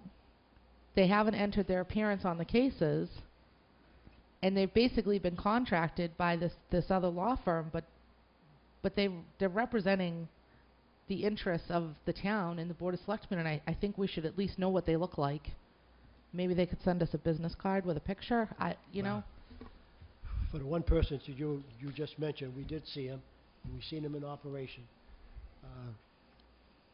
If we need to talk to anyone, and if you have any doubts with any attorney that's presented before us, then we have an issue, then that's our prerogative to have them change. Okay, well, I have an issue with the fact that their appearance hasn't been entered on any of these cases What was as that of yet. exciting? I have an issue with the appearance not being, all these appearances were withdrawn by Copeland and Page. I mean, there are some serious issues out there, and currently there's no attorney of record for the town. Mr. Chairman, through you Yes, to Mr. Snyder. to Selectman Winslow, I'm just curious, how do you know that the appearances haven't been filed? Because I got a phone call this afternoon from Len Copeland, You got a phone call from Lynn? because he got a phone call on one of the cases from the court. Mr. Chair, why, Yes. I have a question. Why would they call Selectman Winslow as opposed to the chair or Mr. Andrews or Attorney Bowen? Why Well, would you personally get a phone call from prior counsel? I think that this is kind of going down a dangerous path. When the attorneys were interviewed, did you not discuss the possibility that there would be labor litigation? I wasn't on the board at that time. Well, what was decided? It was decided that Copeland and Page would keep the labor, but they did not accept the labor piece as it was offered to them. It was offered to them, the manner in which it was offered to them was not acceptable to them. So they wrote us a letter and said that they would not represent us on those matters. And Attorney Bowen was well aware of this. I can't answer that question. I Right. wasn't aware of any of this until late this afternoon. Well, I personally feel that had you gotten that phone call, you probably should have referred them to Chairman Cruz, the town administrator, or Attorney Bowen. Well, I can tell you that if you go back through the cases that we received, there are withdrawals for every single case. We have new appearances for some of the land use cases, but there are no new appearances on the labor piece. Well, what I'm going to do is elaborate on what Mrs. Bagley said. Anything that comes before the town, we should have a policy. In fact, and anyone that's dealing with anything, if they call either one of us, there should be a policy. It goes to the chairman of the board or to Mr. Mark Andrews. And if any law firms calls us individually, we should automatically transfer it to to the proper personnel, which would be Mr. Andrews. He's running the town. It's a day-to-day operation, and if any professional goes to one of our boards and figuring that by going there it's done, he's really not a professional. He should have called Mark, or he should have called the other attorney. Mr. Chair, I'm not gonna, the man called and asked me a question, and it caused me, I didn't know the answer to the question. It caused me some concern, so I started looking back through all the stuff in my files, and I don't see any of this stuff. No, there's nothing there, and I want to make sure that we're protected in these matters.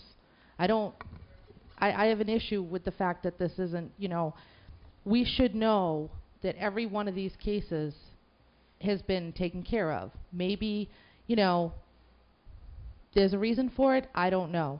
But I want to make sure that we know where all those cases are and who represents us on every one of those cases, and that all those appearances have been filed.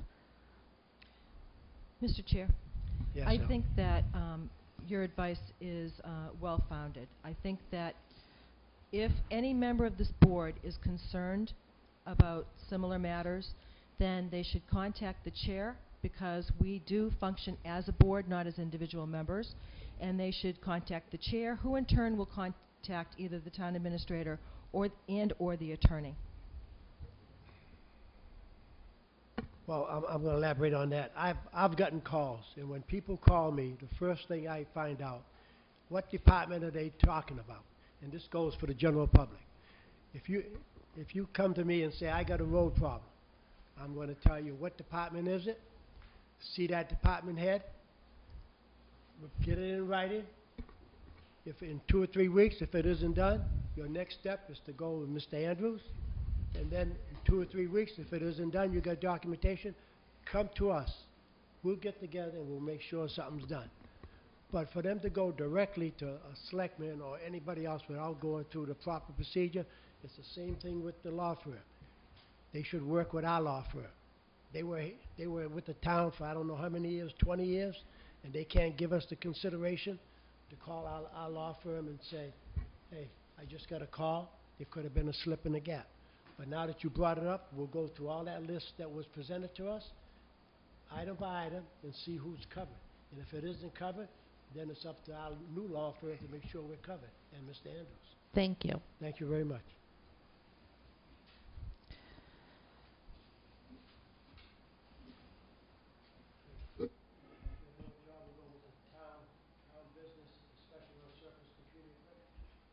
Mr. Chairman, through you to the body, to the members, excuse me, this is the direct result of cleaning out the balcony of our auditorium. So I have asked department heads to come up with surplus listings, because frankly this hasn't been done in quite a long time. And if you look at the list of property, if you note that it's a vintage age, and it's a formality obviously to get to bring before the board, respectfully ask for consideration to surplus it, and I'll rely on the department heads to work from there on out. But you'll see a series of these surplus actions coming forward, and I respectfully request your approval. Thank you. Mr. Chair, I make a motion to approve the declaration of surplus computer equipment dated March 16th, 2011. Motion made. Second. Motion second. For Any discussion? more discussion? Okay. Mr. Chairman, through you to Mr. Andrews, the last time we had this issue come before us, it was in relation to a vehicle, and we talked about a form or something that other town departments would sign off on, saying that there was, and I know it was only a couple of weeks ago, but I'm just wondering if there is a status on that form, so that we know that other town departments don't have any use for the equipment, and they have actually, in fact, been checked with. Mr. Chairman, through you to Member Snyder, you're absolutely correct. We are developing that form. We did have a workshop, working session of leadership team to go over this. Most of these items are non-functional and would not have any direct relevance. But, however, it is a good point, and we are working to standardize that process, Mr. Schneider. Thank you. Mr. Chair, one question. through you to Mr. Andrews. Mr. Yes. Andrews, do we have to pay for any of these as we do with our household, like monitors that no longer function? You are, through you, Mr. Chairman, you are correct. But the first order of business is to get them surplused, and then work to see what the disposal program would look like. You are correct. Any more discussion? Take a vote on it. All in favor? Aye. Aye. All opposed? 4-0-0.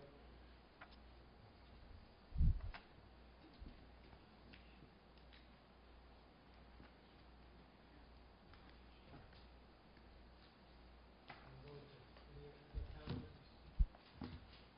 If not, we'll go to the sewer.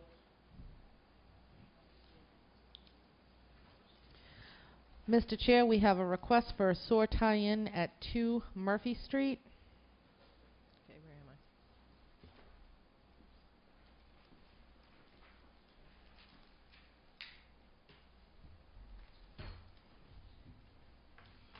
I?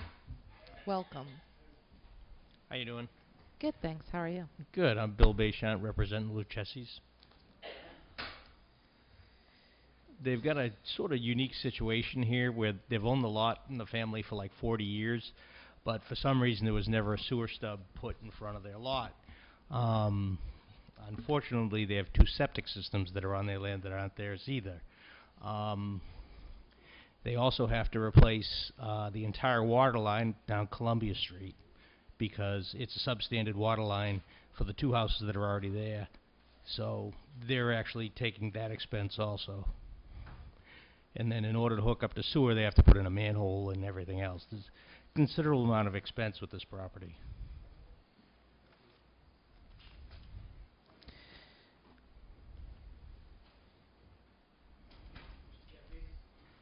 Cappy, do you have information on?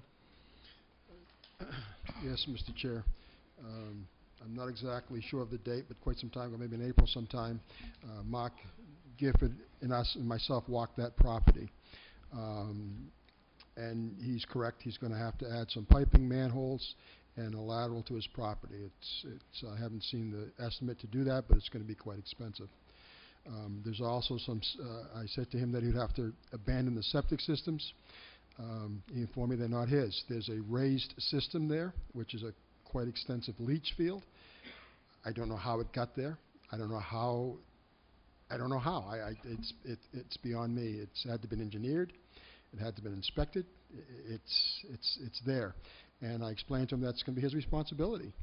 And he says to me that it's not mine. I didn't put it there. Why should I? And I don't want to address that. That's something that he needs to address with this board. I said to him that I've got certain fees, design fees and construction. That's $1,500. I think they got that in front of you. The permit, and there's a system sewer development charge, $15,010. Most recent betterment. That's what we charge. And I told him that I'd like to see that $16,710, and then we can move forward, providing that you gave him permission to tie in. I got the plans here. They've been through planning, so I guess they're all set there. So what brings us here is, A, we're looking for the right to tie in. And Mr. Bayshant, who was represented, I believe, a family member, I could be wrong, but anyways, they're challenging the fee. They don't think they should have to pay a sewer development fee in light of all the expenses they're going to incur to get there and to abandon these systems and to update the water, and certainly not in my purview or my jurisdiction to waive anything. So I think that's why he's here tonight, to ask of the board that question. My opinion, as I told him, I'm going to charge him what's betterments are there, sewer development charges there, review, those are things I charge. So he has to take it up with the board. As far as I'm concerned, I'm going to bill him and go from there. If the board says he can tie in, I'll send him a letter and I'll bill him and we'll go from there. Now, on this property, you did say you and Mr. Mark Gifford did survey the property? Yes, sir. In other words, you went and took a look at it? And see Yes, what sir. We were amazed. I got to tell you, if you walk the property, I'm amazed that the house is going there. I really am.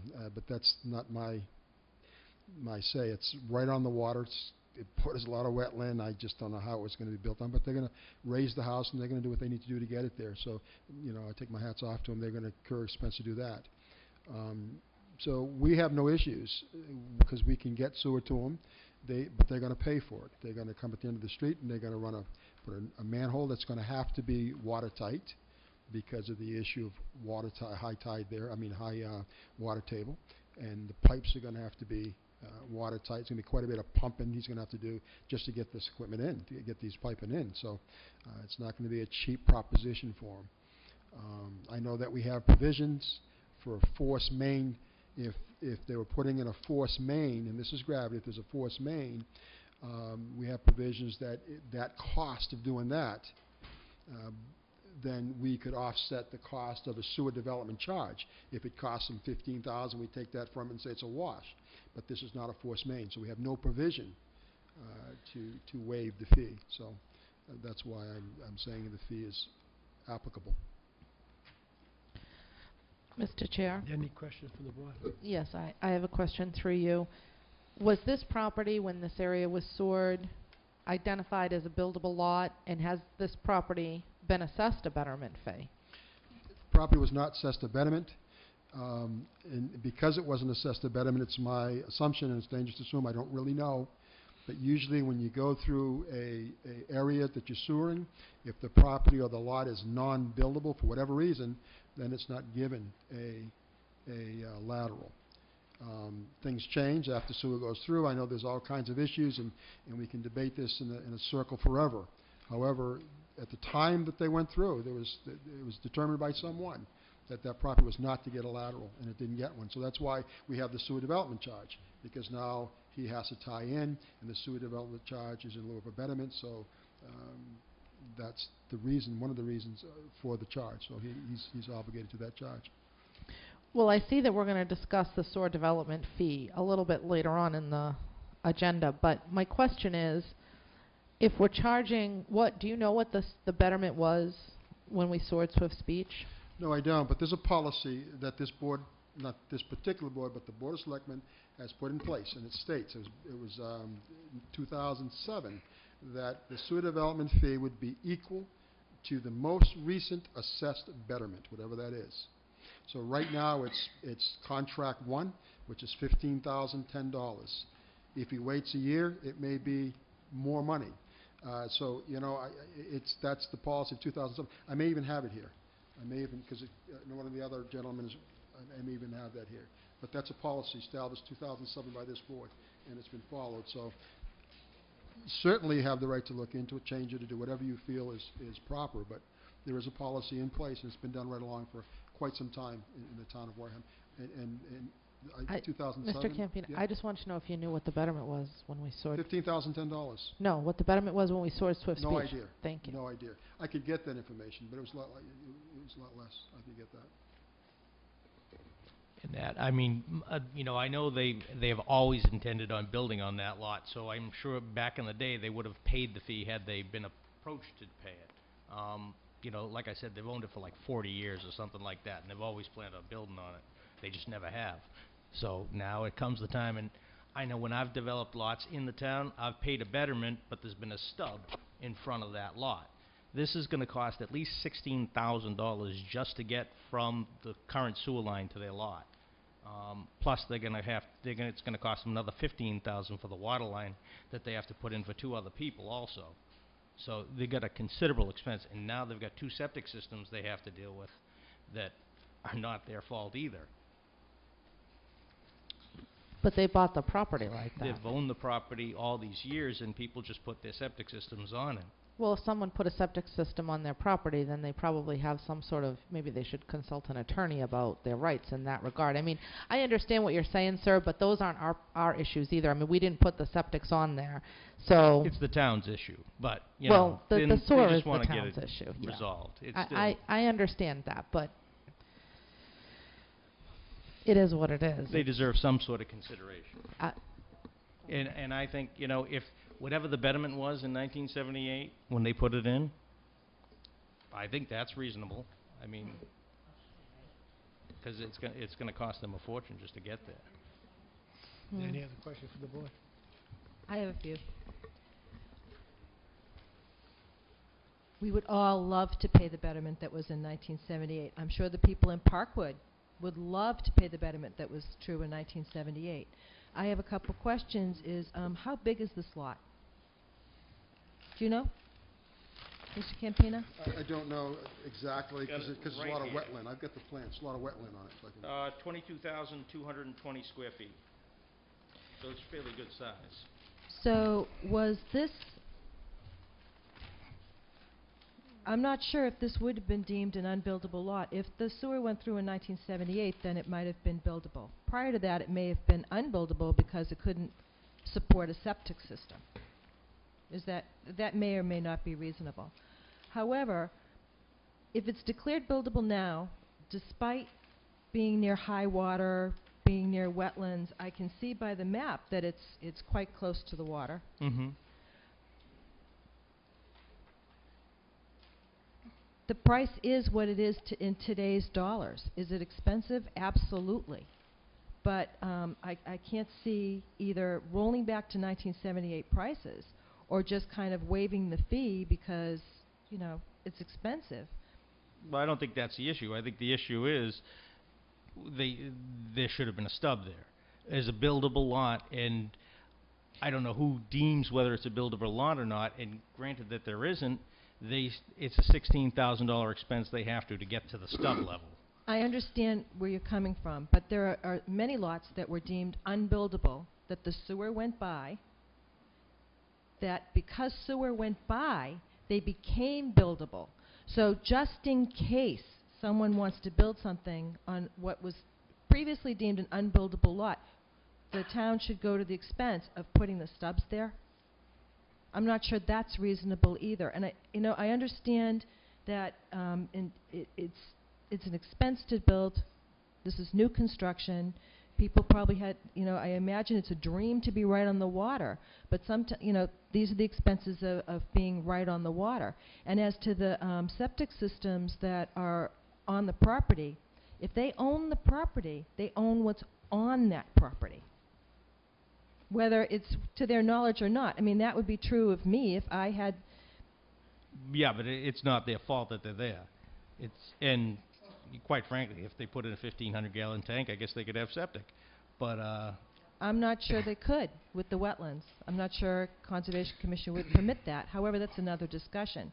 But that's they're responsible for what's on their land. no, they're not, ma'am. I beg to differ on that one. Right.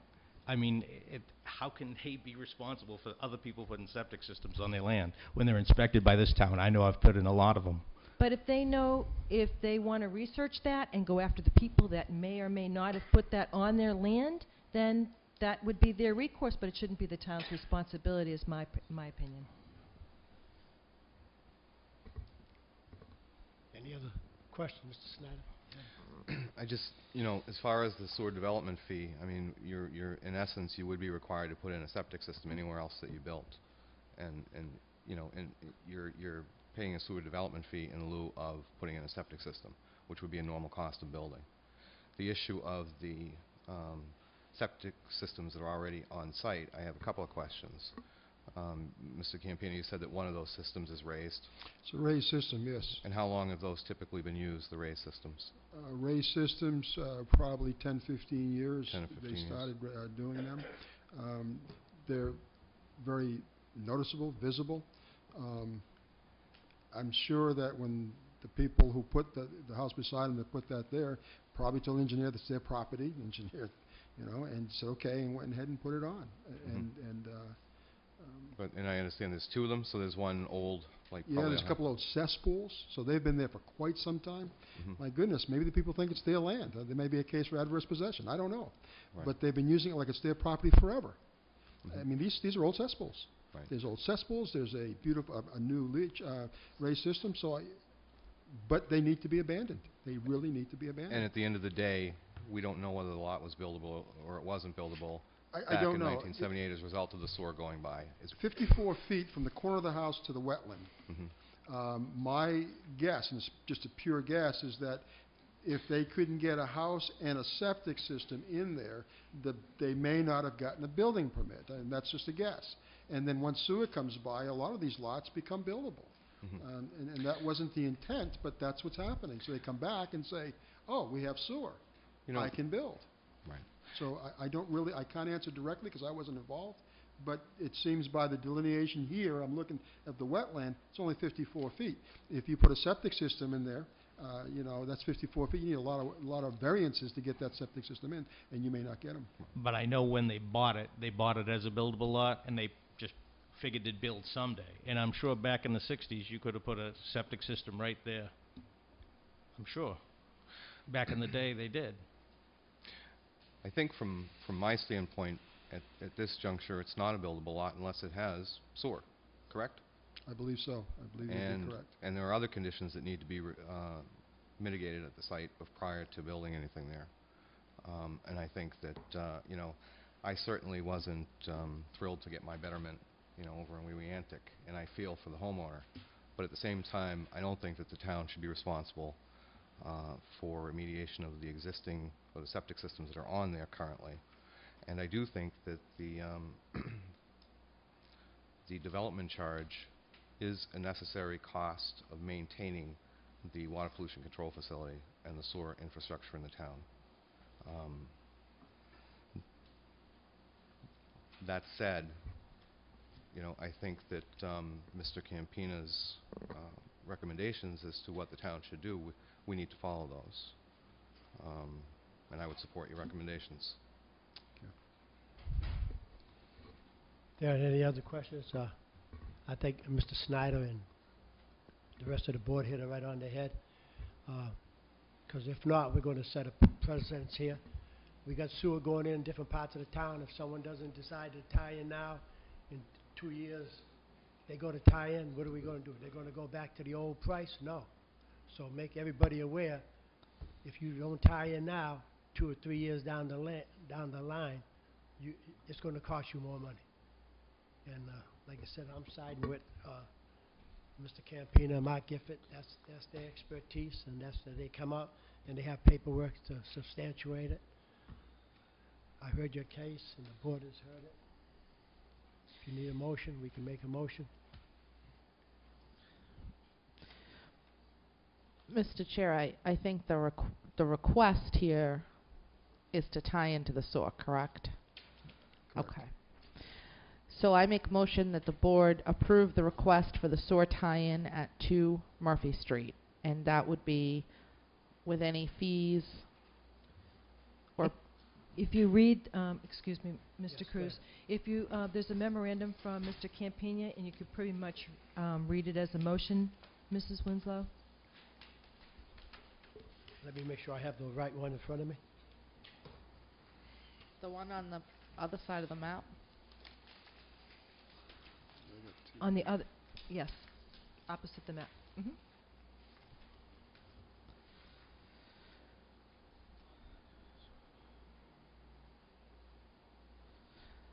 Okay. I make a motion to approve the request for sewer connection for 2 Murphy Street, map 50A / lot 162, with the following conditions and fees be applied. Design, review, and construction fee of $1,500, residential sewer permit fee of $200, sewer system development charge of $15,010 for a total connection fee of $16,710. Prior to backfilling, all cleanouts, pipe, and connections shall be inspected by this department, and as-built drawings shall be submitted to this department by the contractor and/or engineer. Upon completion, the homeowner shall hire a licensed drain layer to perform this work per plan submitted to this department. Road opening permits shall be applied for, and all cuts within the existing paved roadways shall be inspected and approved by the Director of Municipal Maintenance. Second. Motion made and second. Any other questions? If not, we'll take a vote. All in favor? Aye. Aye. All opposed? 4-0-0. Thank you very much. Thank you. Mr. Chair, next we have the sewer system development charge for 282A and 282B Onset Avenue. And this is a request from Peter Calitri. Calitri, yes. Thank you. Welcome, Mr. Hi. Calitri. Hello. Good evening. I am the owner of 282 Onset Avenue. I bought it as a tear-down house. It was in disrepair. It's connected to the sewer. And I'm not asking for a sewer connection. I've already done it. I took 2 building permits. I subdivided the lot, put 2 building permits in. They were all signed by the sewer secretary, Mrs. Sullivan, I believe her name is. And I filled out all the applications, paid all the application fees, put them all in. They were, as-built were built. They were all inspected by the towns people. And I go to get my occupancy permits, and they told me I owed them $15,000.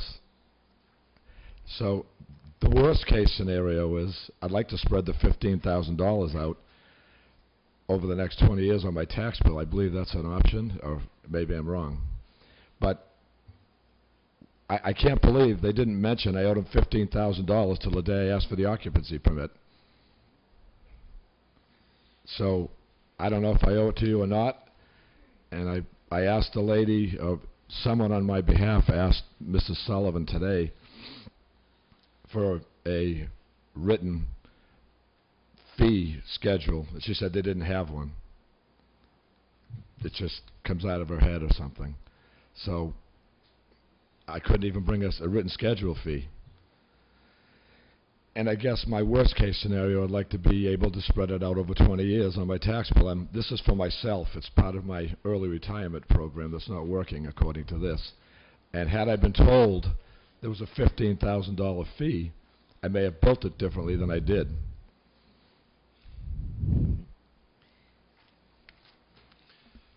And I followed all your rules.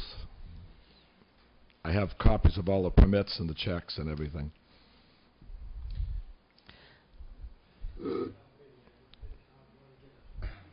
Sure. If I could just, Mr. Chairman, if I could ask one quick question. It's unclear to me, looking at this document, is it 2 separate homes? 2 separate duplexes. 2 separate duplexes. That's why I wanted Mr. Campina to... Tied into one connection. Is Yeah. what, Well, we let Okay. Mr. Campina Sure. say this. I'll try to explain it. He had gotten permission to do this project prior to my arriving. One of the things we did, I wrote out Mr. Cruz looking at different properties, and this is one that came to our attention. Mr. Barboza came to me as the installer and asked me that if he could install sewer to those properties. I said to him that they're separate lots, and I wasn't going to allow them to put a pipe to one and then to the other, because there'd be problems down the road if he chose to sell one side that have common sewer. So then you would need easements and such. So I asked him to do easements. The owner said he didn't want to do easements, and this is according to Mr. Barboza. He asked if I could come out of the lateral, run along the town property, and then enter the other second duplex on 282. And I said that would be fine. And then I would get away from the problem if he chose to sell one side or the other, issues down the road. Whether he was told about sewer development charges, I can't say. I do know that when he came to me, I had said there would be a sewer development charge. I did say to Mr. Barboza, at the time I had met the owner, that he needs to know that they're 2 separate lots and they'd be treated as 2 separate lots. There'd be 2 separate EDU rates. Each building would be charged accordingly, and he'd pay EDU for each building, and that's how I've treated it. When he came to me with a unique situation, he had an opportunity to rent the property, and I said to him I would not let him rent it. Not that I wouldn't let him rent it, but that I needed my sewer development fees before I signed off. I wouldn't sign off until he paid sewer development fee for one property, not 2, because one had a betterment from years ago. Because when he subdivided the lot, he can take the betterment with one lot. He created a second lot. So therefore, that lot had to have a sewer development charge. So we signed off and gave him the permit to occupy the lot that had the lateral. The betterment has been paid. The second one, we have not signed off yet. And I won't sign off until there's a decision made. And I told him that I would bill him, or I would suggest to the board that he pays a sewer development fee for that second lot. He created another lot, he's got another house lot, another duplex, and it's another whole flow. It's another whole building, another whole lot. And yes, he has to pay a sewer development charge for that. His question to me was to spread over 30 years or 20 years. Historically, sewer development charges don't work that way. The difference between a sewer development charge and a betterment assessed at the time is that betterments are they're offered at 20 years automatically. Sewer development charges, we just bill, and people pay the sewer development charge. It's up to the board if they want to entertain putting over 20 years. I would just caution them that it's a precedent you would set, and any time you get a sewer development charge from here on, if we agree, then people are going to ask us to do that forever. But that's totally up to the board, because if you did that, it would tax the property. Whoever bought the property would still pay it. So we would get our money. So, you know, whatever the board's pleasure is, I think that'd be your decision. But to sum it up, yes, there's a sewer development charge, $15,010. We have fees. The policy is the most recent betterment. On the board in Mr. Sullivan's office, there's a list of all betterments charged from day one. So if that person that called asked for that list, they would have gotten a list of all betterments charged, all projects. In the beginning, they were charged by the foot. Now they're charged by the lateral. So that's available. And it's the most recent betterment, and right now it's contract one, $15,010. And that's what his sewer development charge fee is. Any questions? Any remarks? I just have a comment, Mr. Chair. I understand the sewer development fee, and I understand the purpose of it, and I understand that, but I also understand that there's a difference between a contractor who comes in and develops several lots at the same time and, you know, an individual who comes in and develops a lot, and, you know, we're talking about 2 houses and 1 sewer development fee as opposed to multiple in this case. So I agree with you that making a change in how that money is paid could possibly set a precedent, but at the same time, I think sometimes we have to look at things for what they are. You know, I think in this case, there's definitely an advantage to what happened in this property. You know, you got nice, clean, you know, new livable places that are going to be on the tax rolls. So we have to look at the bigger picture, I think, overall, and I'm looking forward to the discussion about the sewer development fee. I don't, on the agenda when we asked for, I think the sewer development, there's another case, another gentleman here for sewer development fee, so we will discuss it again. And I don't know if you want to do it tonight, but we should, I mean, if you want to discuss it in its entirety, the purpose of it, we should do that also. I wasn't prepared for that. I could be more prepared, but I definitely would definitely have no problem engaging in that. I'm not necessarily completely opposed on these sewer development fees. I guess I'm struggling with balancing, you know, if we force everybody to pay them up front and they don't have that kind of cash flow, especially in a case like this, what do we do? I agree. You'd have to make that decision. Now, if you're going to put it onto the property for 20 years, then he sells the property, that's going to be between him and the seller, and the buyer and seller, then he'll have to take care of it. That's his call, not mine. And he'd have to pay interest, just like the other people are paying interest. Yes, he would. No, I totally understand that, and that's, all I'm saying is that the policy has been to pay it. And I'm just going by the policies that are in place that I'm working with. If we want to go outside those policies, certainly not my case. That's why I suggested he come here and talk to you about it, because if he would like to take it 20 years, certainly that would be an option that you folks would have, certainly not I. So that's why we're here. Thank you. My question would be, is it common practice to not look for the $15,000 till after it's all done? Don't you generally pay the connection fee before they give you the permit? I can't speak to that, sir. I don't have... I guess what I'm looking for is the 20 years then. Generally you do. He had made a strong point here, and Mr. Andrews has addressed this many, many times in our management meetings. At one time, the administrative assistants in our office were allowed to sign permits. And Miss Maureen Sullivan, Miss Sullivan signed the permit for him. Now, she doesn't have the knowledge to say, by the way, this is what you need to do. We have another gentleman in the same scenario, permit signed by Maureen Sullivan for David Simmons. She initialed. Again, he's going to say the same thing. Nobody told him.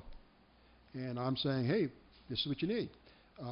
So the policy that Mr. Andrews that puts in place that states, as a department head, no one signs your name.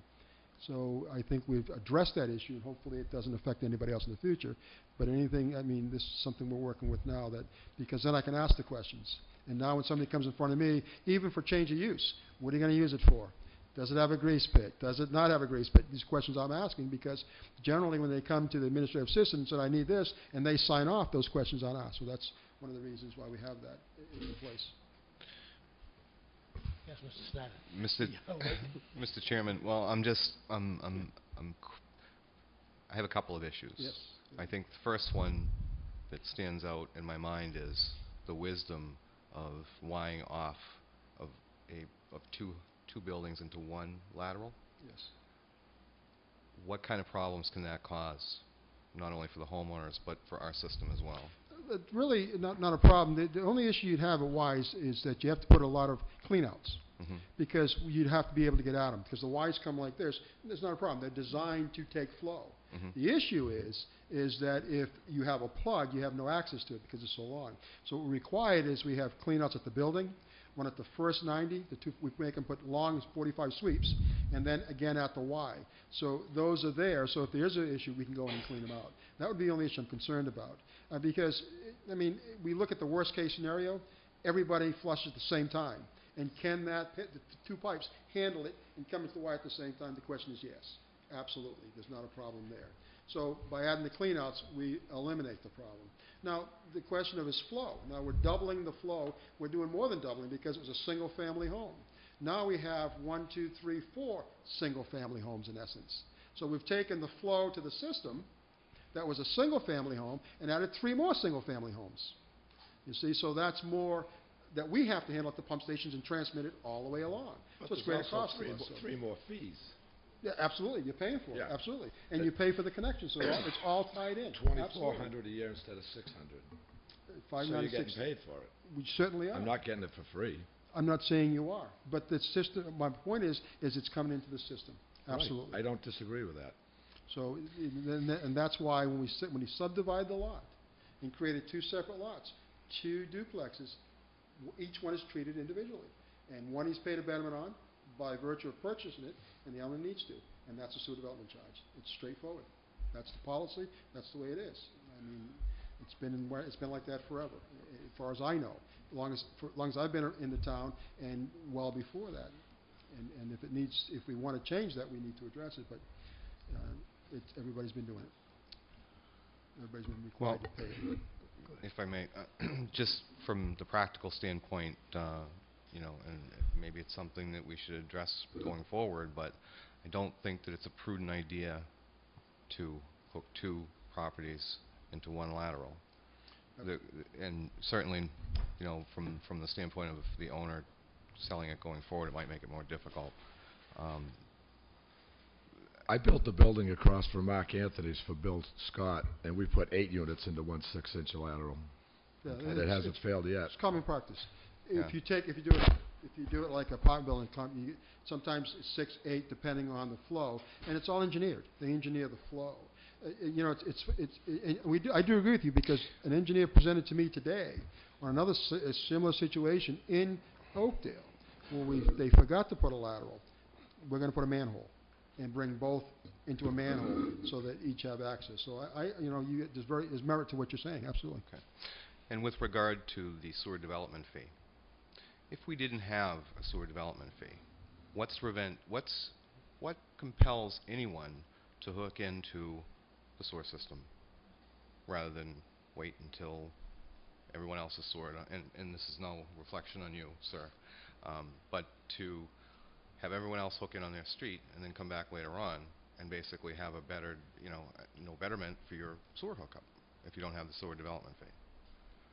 I think that it's it's a fairness issue, number one, and I think that it's a necessity in order to make sure that the costs of the sewer plant are covered. With respect to the issue of paying it over 20 years, I don't know what kind of additional burden that would put on the town. Do we do that now? We've never done that, or what's the current situation with that? We only do it now with betterment. When you get your betterment on your property, you have the option. They send you a form. When the letter goes out, you have an option of paying it all there and then, or the option of a 20-year payment plan. Right, but that's for betterment. We have no policy for a sewer development fee, and that may be a legal issue because one's a fee and one's a betterment. So there may be a legal concern there. And as a sewer development fee, it wouldn't be eligible for any special interest rates. No, no. So I would almost wonder if, the person might be better off seeking outside financing for their fee, I wish I had that option before you told me I could put the sewer in. Okay. Now I have. I would have built the house differently Mm-hmm. and saved $15,000 somewhere, so the cost wouldn't have affected me personally. I understand. And had I known that, I would have done it differently. But I wasn't told there was a sewer development fee. I filled out all the applications. I paid all the fees. I did all the inspections. They were all approved. And when I went for my occupancy permit, I had to tell the two people who were scheduled to move in they didn't have a home. And it wasn't my fault. I filed all the right papers and they wrote all the right checks. No, it's the fault of the board. No, is it my fault? And it's not a fault issue. We have an issue. We need to resolve it. There's a sewer development charge due. How do we handle it and move forward? I think it's my problem is I'm connected with Father Bill's Mainspring, and they'll get two other people waiting to move in July 1st, and I don't know what to tell them. It's homeless veterans and others. Well,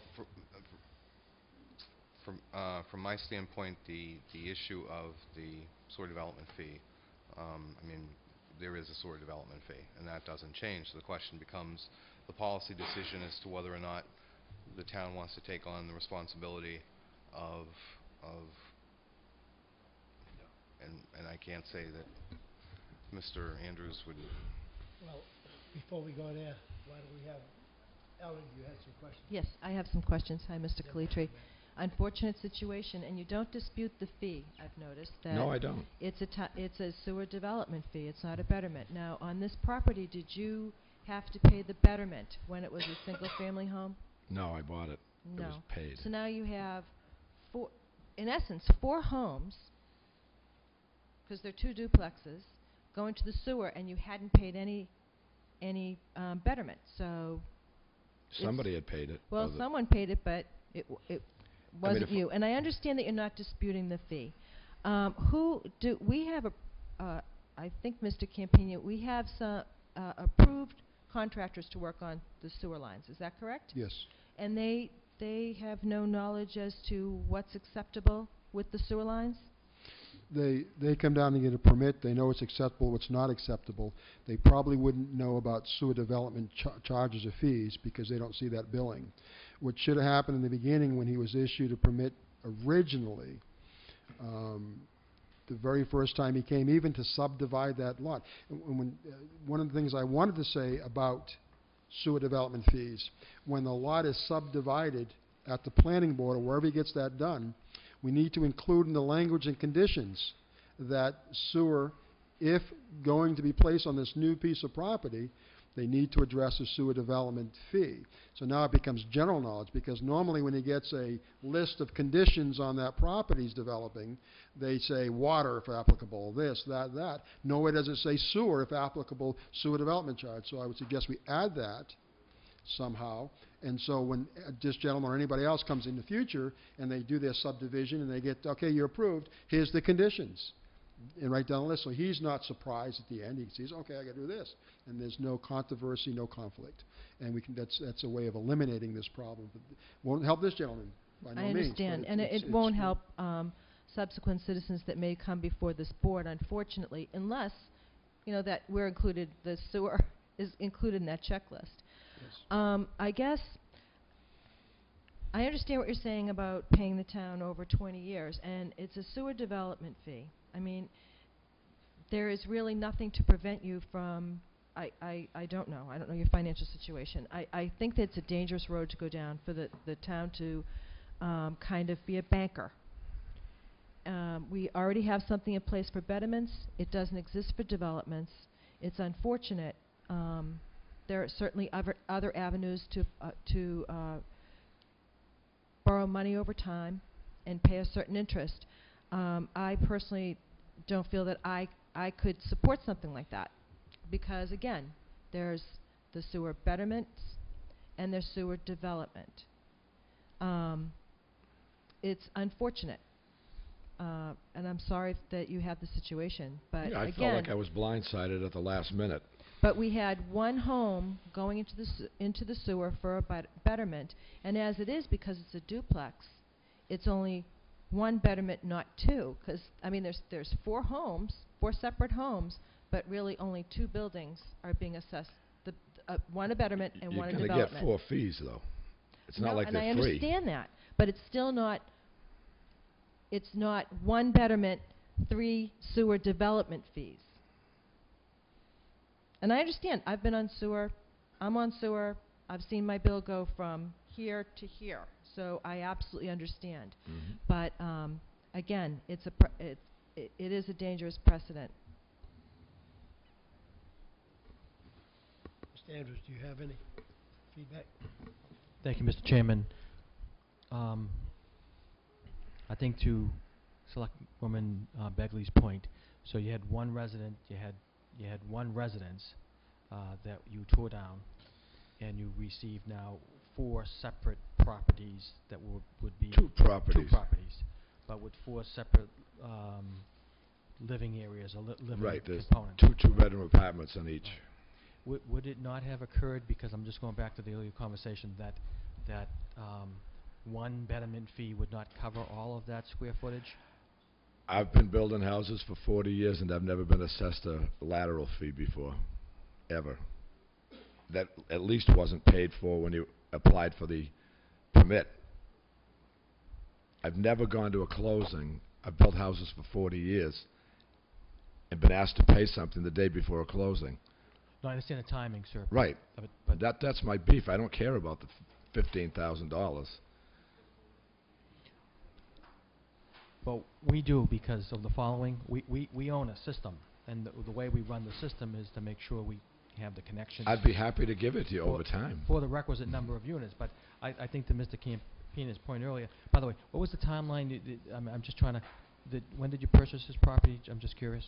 I think I believe it was September of 2010. September of 2010? Right. Okay. And on my opinion, just on the, as to Selectwoman Begley's point, we're not a bank. We can't act like a bank, because the fee is to cover the expenses that we have in any given period of time, whatever fiscal year that is. The idea is to make certain that we can cover our costs from our end. Right. So I understand that. I understand that. But I mean, if you go to a store, when you get up to the checkout counter, they don't tell you what everything costs. It's marked before when you buy it. No, I understand. That's why I asked you the previous question. So you had one residence basically transformed into 4. Yeah. So there's 3 additional residents, 3 additional sets of flushing to happen, over time. Correct. Right? That's the only question that I have. Right. Did The it house I occur? tore down had 4 bedrooms. I understand, but I'm just saying now you have. But you have septic and everything's based on bedrooms, not bathrooms or how many people live there. I understand. Okay. Thank you, sir. Okay. This is the guy. Now, you have 4 units. If he was to tie into one, each lot has to have a tie-in separate, right? Correct. He's not getting charged $15,000 for each unit, No, just 1 unit. for the 2 tie-ins. Now, if we, meaning the town, had not gone by there and seen the tie-ins, you would have been paying 1, which has already been paid, your betterment, and you would have had 4 units in there. In other How words- would I have built it without the town knowing? Well, you would have known about it, but you would have got away with just that 1 betterment. Now you're raising the thing, now you have the other betterment for the other lot, which is one tie-in for every lot. Right. So- Mr. Chairman, if I may. Yes, go ahead. His issue at this point is not the sewer development charge, it's time for payment, correct? Right. And it would have been nice, I could have made some intelligent decisions had I been told about it when I applied for it. I understand. My question to you, if I may, is you said you had folks scheduled to move in. What is that time frame? Sorry, What is the time frame that they're supposed to move in? July 1st. July They were 1st. supposed to move in June 1st, but I was able to move 2 sets of people in on June 1st because they signed off on one. Okay. I mean, I'll sign any documents you want signed. I just need to get, people don't have a home to move into. They're circling, waiting for me to get, I have one signature left for the occupancy permit. It's my signature. I won't sign the occupancy permit until I get the sewer development charge resolved. I don't mind signing something, saying I owe you the 15 grand and I'll pay you by September 15th if we can't resolve it or something. I don't know if you can do that. Well, I think the question right now is, like Mike is trying to allude to, is we have a policy in place, and we need to adhere to the policy, and you owe for 2 lateral tie-ins. If there was anything we can do about financing you to $15,000, as you as a builder and a contractor will have to come up with it. Well, I'm actually a homeowner in this situation, Right, but well, you're both. right, Right, yeah. because you're a developer also. So the idea is, Mr. Chair, does, one quick question to Mr. Campina. Does this fee have to be paid in full prior to you signing the occupancy permit? Under the policy, presently, absolutely. Okay. and it's just like Mr. Calipari, is that it? Close enough. Close It's enough. okay. C. That's it. Okay, like he said, he can pay it by September if he had to. But the idea is we need a bond, not a bond, but firm commitment that he's going to pay it quarterly. Because like we're not in the financing business right now. On the betterments, when they go through, it's a different story. But for right now, like you said, we have a policy for the construction sewer connection fee. We need to uphold it and stick to it. And I'm going by your certainly wisdom, agree. Mr. Mark Gifford on that. I agree, and we're certainly not heartless here, and I do understand. However, there's a fee due. If the town would like to do a whatever you call it, a signed document that I play in September opposed to July or now, that's certainly, I wouldn't object to that. But I certainly would like to be paid the sewer development charge. Well, and my I hope the concern town is does this, that. Chairman Cruz, and this is certainly not a reflection on your character, believe me. But what would happen if you didn't pay that and had an occupancy permit and... You'd put a lien on the property, just like if I didn't pay my Right. taxes. But, you get people in there, and this, again, is not a reflection on you, but I'm not just offended. from past experience. If there's a family with children, and you just decide, well, you know what, I'm pretty angry about this fee and I'm not paying it, what's our recourse? So I personally think, again, it's another dangerous precedent, and I think that this would have to be paid in full prior to, I think if we're going to adhere to the policy, then we're going to adhere to the policy. If we think that the policy needs to be changed, then we need to do so, but not on a case-by-case basis. I think that we need to work with Mr. Campina, work with this board, particularly, as Mr. Campina pointed out, work with the other boards and commissions and get them to kind of communicate with each other so that we don't have future instances of a citizen having to go through this kind of mess. I think it was Mr. Chair? I think it was well placed. I think the issue here was that nobody was communicating with the homeowner, and I definitely hope that issue gets addressed in the future, because I would be very frustrated if I couldn't get an occupancy permit because I didn't know about this. I mean, I understand your frustration, sir. There really is no mechanism in place for us to give you a 20-year payment arrangement, basically. But, I mean, I definitely think that you've brought an issue to our attention that needs to be looked at more closely. Mr. Chair, I agree, but let me say this, as far as letters go. I was asked to sign off a permit to occupy for a new business in the town of Wareham. It's a hair salon. It's up here in the plaza, Shaw's Plaza. I go to do my inspection. They have sinks to wash hair, and I asked for sinks to wash hair. It becomes industrial waste, and I asked if they had an outside tank for the industrial waste. They did not, so I wasn't going to sign. They were scheduled open Tuesday, so they call corporate. Corporate sends me a letter on their letterhead that states, "I promise you, we're going to do nothing more than wash their hair after we cut it with soap and water. That's it." Now they advertise for dyes. They're doing many different things. So I call corporate, and they says, "Oh, well, no, that's a district issue." So now I have a situation on hand. I've got a business open that is dyeing hair and doing other things to hair in a wash sink. So, again, my point being is that you try to help, and I want to do the right thing, and I asked them to put in writing for me that they would definitely not do the things that I asked them not to do, which would be dyeing hair, and et cetera, et cetera. Well, they're doing it. So now, do I close the business down? It's not my I can't close it down, but what do I do at this point? I don't want to have that. And my point about policies, whether I like them or not, I'm going to enforce them. That's what I'm paid to do. The town has asked me in their policies, and I'm going to try my very best. And again, if there's something that you folks can do to alleviate it or alleviate his heartburn, then by all means. But I'm nervous about Okay, so if I could have a motion, so we can get... Mr. Chair, I don't believe we need a motion at all. Okay. I mean, the fee is due and payable to get the occupancy permit. Well, I think, just to make everybody aware, that we're back in the sewer commissioner, the sewer director. What is your actual... I'm sorry? What is your actual title? Depends on the day. Director of Water Pollution Control Facility. Okay, so we're back in our pollution facility. Consistent with our policies. Right, according to the policies set forth by prior boards. But, Mr. Chair, I would request that we, and I know that the agendas are tight for the summer, but maybe come fall we sit down and look at these various policies and some of the issues that arose out of this situation so that we don't have this happen again. Right, we'll take that into consideration because we're part of the sewer commission too, so we got to make sure, like Mr. Campina stressed, we got to get up with the other zoning board, ZBA, and the planning to make sure that everybody's on the same link.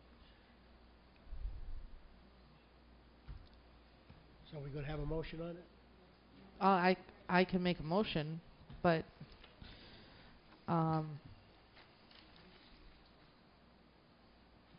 make a motion to deny the request for a 20-year payment arrangement on the sewer system development charge for 282A and 282B Onset Avenue. It's just A. B's been paid. I'm sorry. Strike 282B. So you said A has been paid? Well, No, B's been... B's paid. B was the original connection. Didn't have any, that's exactly correct. I don't want another bill for A, so... I don't blame you. Yeah, it's due on 282B. Second. Motion made in second. There aren't any more discussion? All in favor? Aye. All opposed? 4-0-0. Thank you very much. Thank you. Mr. Chair, next up on the agenda is a discussion regarding sewer development fee, but if I heard Mr. Campina correctly, he wasn't prepared for that discussion tonight. Let me clarify that. When we submitted that, it was actually a discussion on sewer development fee for the property located at 1A, 2A, and 3A Rosemary Lane. The gentleman I saw me earlier, he may not be here, what his particular problem was, he was actually at the closing, and he needed his occupancy signed to close, and I refused. So his lawyer put in escrow $15,010. And I have the letter here from the attorney that money's in escrow, and when I submit a bill to the closing attorney, I'll get that $15,010. His concern was the same problem. I had met him in December when I drove by, and I got the number of the builder. I called him. He said he had bought the property at foreclosure. At the time, I called him and said, well, there will be a sewer development fee assessed when you get done. And he says, okay. And that was that. Well, I get a call to sign a permit to occupy. I go up there, and I say, oh, no, I can't sign this. He says he called the assessor's department and various departments, and they said no betterment is owed, so he's fine. and he moved forward in good faith. I said, you didn't call me back. He goes, well, I called the assessors. They said, it's okay. And I said, well, you owe me a sewer development charge. And so he said, okay, if I do, to close the property and get the people to move into the condo.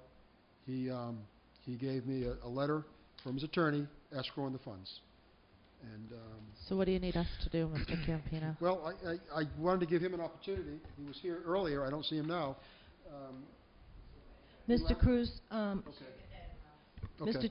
Mr. Chair, through you, he left during Okay. our previous discussion about the sewer development fees. Okay. Through you, Mr. Cruz, to Mr. Andrews.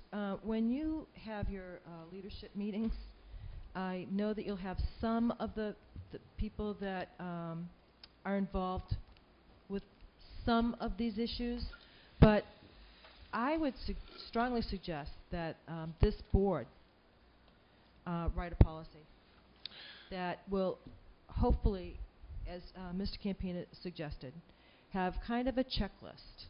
Because, I mean, to have two people that have similar circumstances because they're getting incorrect information from not the same department in the town, from various departments in the town.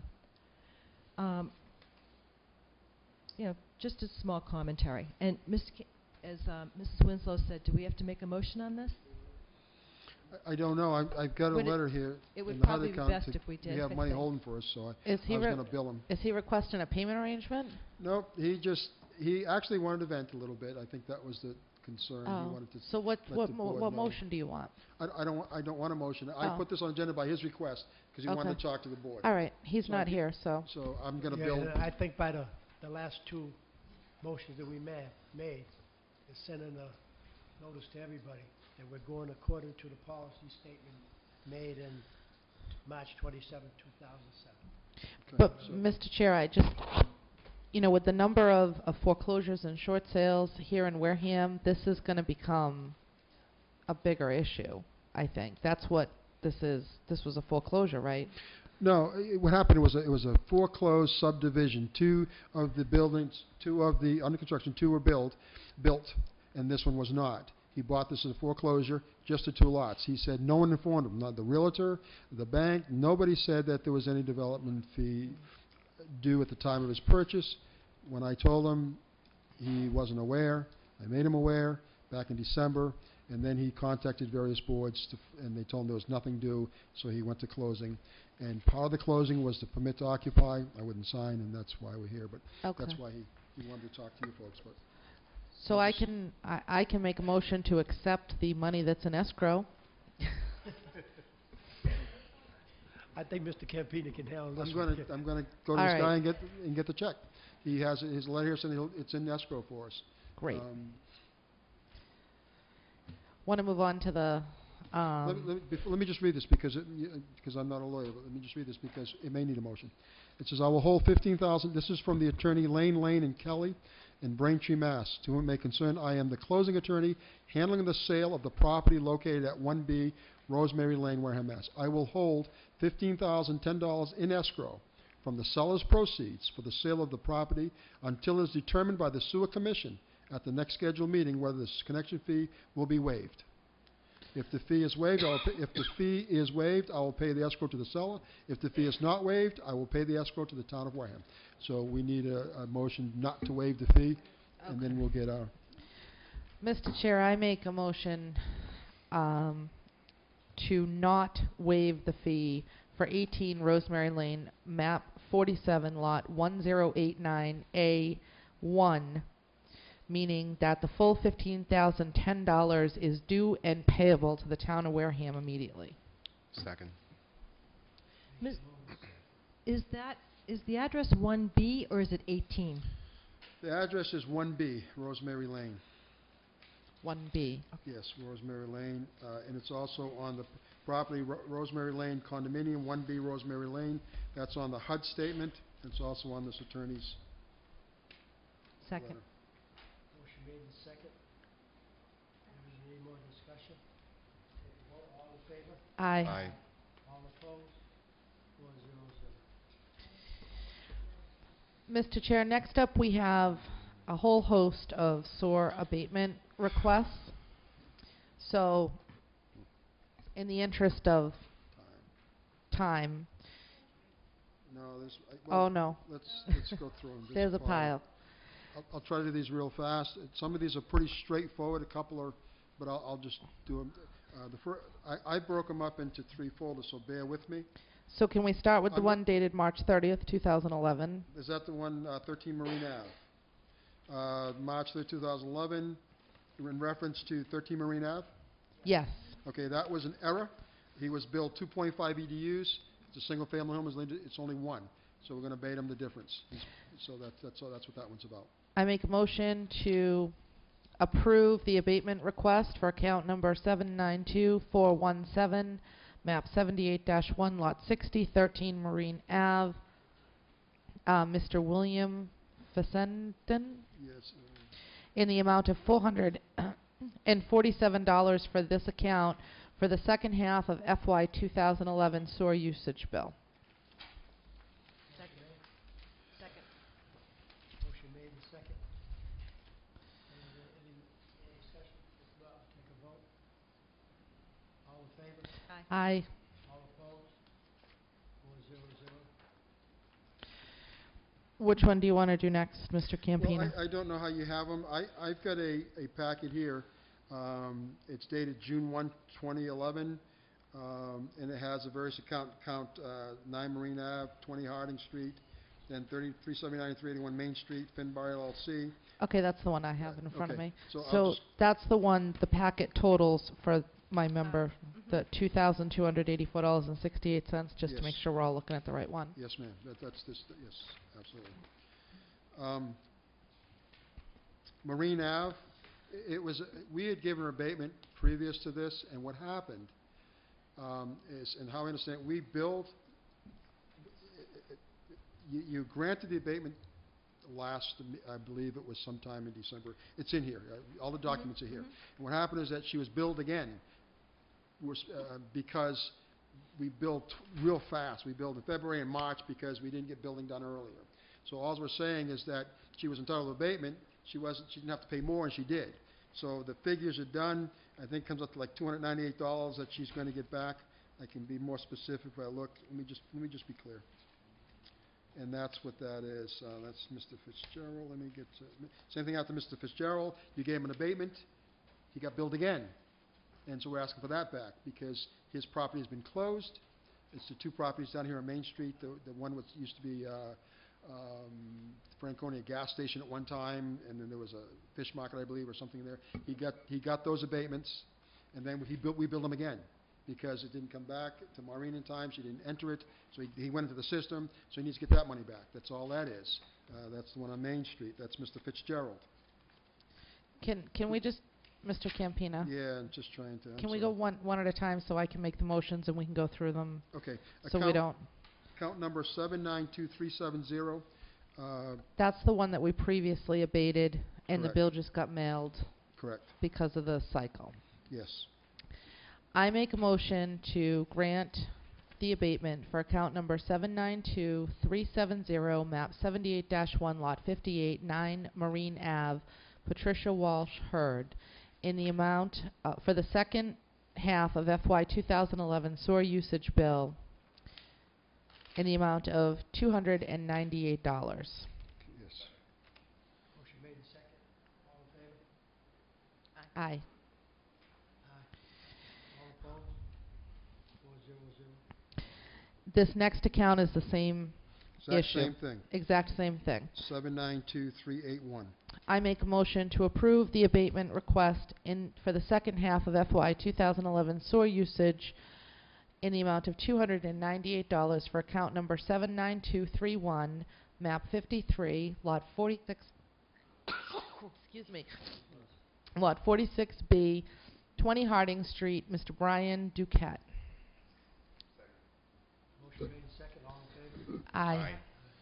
All opposed? 400. The next one is accounts 737,967 and 737,968. 379 and 381 Main Street, Mr. Fitzgerald, same thing. I make a motion to approve the request for abatement for the second half of FY 2011 sewer usage bill for account numbers 737967 and 737968, map 61, lot 1034, 379 and 381 Main Street, Finbar LLC, in the amount of $298 for each account. Account number 738550. I have to get a second, Ma'am, Mr. oh, I'm sorry. Campina. Just going to- Motion made? Second, okay, yeah, I'm sorry to hear. All in favor? Aye. All opposed? 400. Okay. The account number 738550. This one, for 596, it's in here, and I'm pulling it. But that's your call. I'm going to tell you why I'm pulling it. Per policy, Ms. Mazzola wrote a letter, property at 39 Bayview Street. She disconnected the house and tore it down and is rebuilding it. She officially had the water turned off in September of 2010. Policy states that it has to be off for 1 full year, and then she can apply for abatement. We haven't got there yet, so there's no abatement to be, she's not entitled to anything. So I'm going to pull it, if you have permission, but that's why, yes. So, Well, I make a motion to put a hold on the abatement request for account number 738550, map 50A, lot 102, 39 Bayview Street, Gerardo, Mazzola. the motion was to hold or? To hold, To put it on hold. because we can't act on it until September of 2011. So, through you, Mr. Chairman, my thought would be that we would deny the request and Right. Mhm. Yeah, That's what you're supposed to, just deny Instead of it. a hold, it's a deny. And then just do it again. I make Because a- what happens if she builds the house and occupies it before September of Then there's nothing, 2011? we have nothing. This is the concern of this policy, and I think, again, a good suggestion, we sit down. This policy states that you have to wait 1 full year. Now, it's great to me because I'm going to say to you, if I have to wait for 1 full year, which I have, and I haven't been using my property, well, then I should be entitled to everything I paid in that past year. Our policy says no. It's from the end of that year. You wait a year. From that day forward, any money you spend will abate. So it's something we should discuss at length. Review the policy, really read it, digest it, and decide how we really want to go with it. So.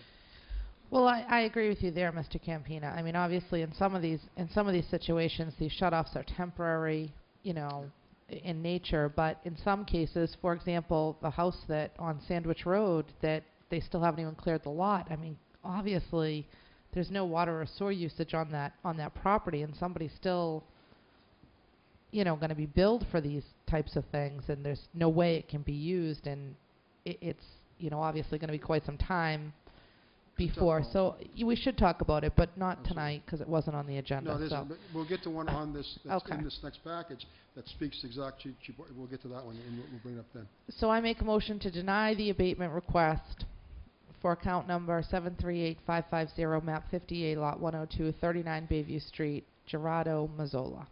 second. Motion made and second, all in favor? Aye. All opposed? 400. The next one, 736113, abatement of 198.68. She waited a full year. After the year, moving forward from October 1st, 2010 through January 31st, 2011, 4 months. That's what the 198.68 represents. I make a motion to approve the request for abatement of $198.68, covering a time period of October 1st, 2010 to January 31st, 2011 for account number 736113, map 2, lot 65A, 6 Sycamore Street, Ann Jamulowicz. Close enough. Did I get it? That's Motion 4 made. months. I don't understand. Well, it goes from October 1st, when her full year was completed, and then we billed in January, so it's October, November, December, January. So it's prorated to 4 months, that's all she gets, because the billing is $298. So a bill cycle is 6 months, so she's paying 4 months, not 6, because that's when the bill went out, and that's what she's going to get back. So in other words, the way the policy works is her water would have been shut off on October 1st of 2009, or the property would have Correct. been demoed, or whatever triggered her Right, that ability. wasn't, it's not clear. Yeah, That's okay. this whole policy, I have problems with it. I'm still trying to digest it. So in actuality, this was off for 16 months. Correct. Correct, absolutely. And a year is, you have to do a year before you even can come forward and you're entitled to anything. So it's from the year that you served or the year that you're off and moving forward. And the key here is if they don't have the town put it off, either Water District, Onset, or Wareham, and they put it off themselves, there's nothing. They're entitled to nothing. So that's the key to it also. Mr. Chairman, through you to Mr. Andrews. Mr. Andrews, would it be possible for you to, together with Mr. Campina, to provide us with a complete copy of the policies related to the sewer department? Mr. Chairman, through you, absolutely. I think that's a very valuable suggestion that was mentioned earlier and that you've expounded upon. We will do that.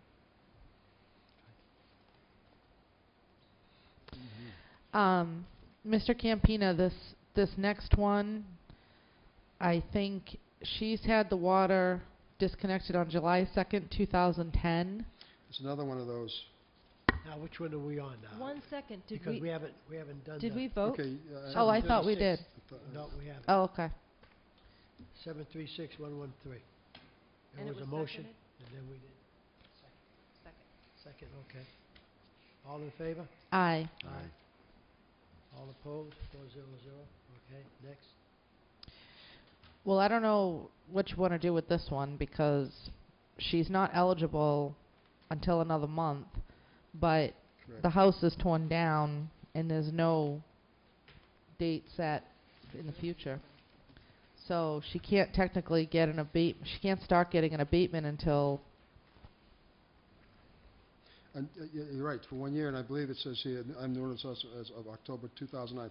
See, her problem was that in 2009, she said she put the water off, but that doesn't matter. It has to be official, done by the water department. So I can't it doesn't do us any good. And where I neglected the research because of that area, I don't know when water went in, but I believe it's well before 2009, well before, so it was available. But there's no policy that they have to tie in. Some have wells, so it's kind of a now where do I go? If you have no water and you have a well, how do we do that one? See, that's where these get kind of, there's that gray area again. Even though I have water there now, but they don't. You can still maintain your well out in Rose Point. You don't have to tie to water. So if you don't tie to water, then how does this policy, how can you apply it?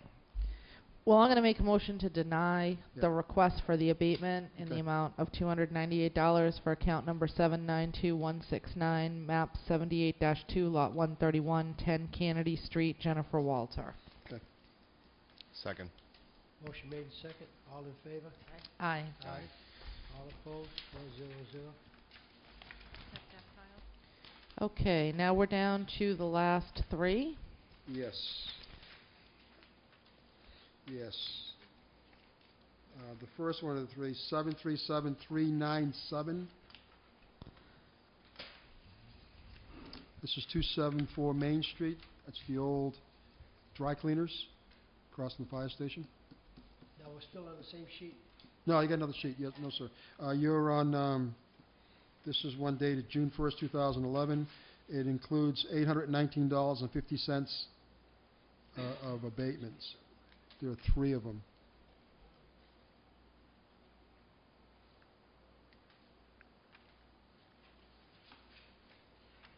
I should have put them in folders. I put mine in folders for the very reason.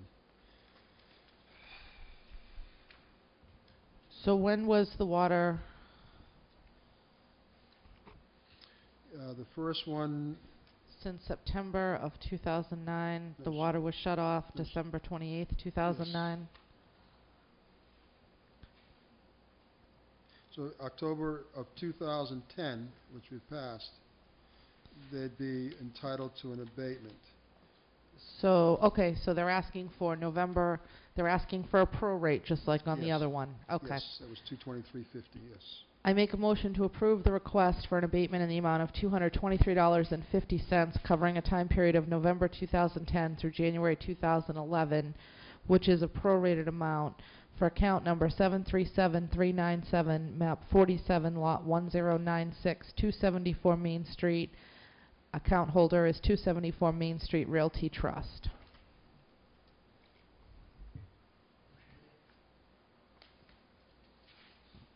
That's on the next page is the info that... And the next one, oh, Second.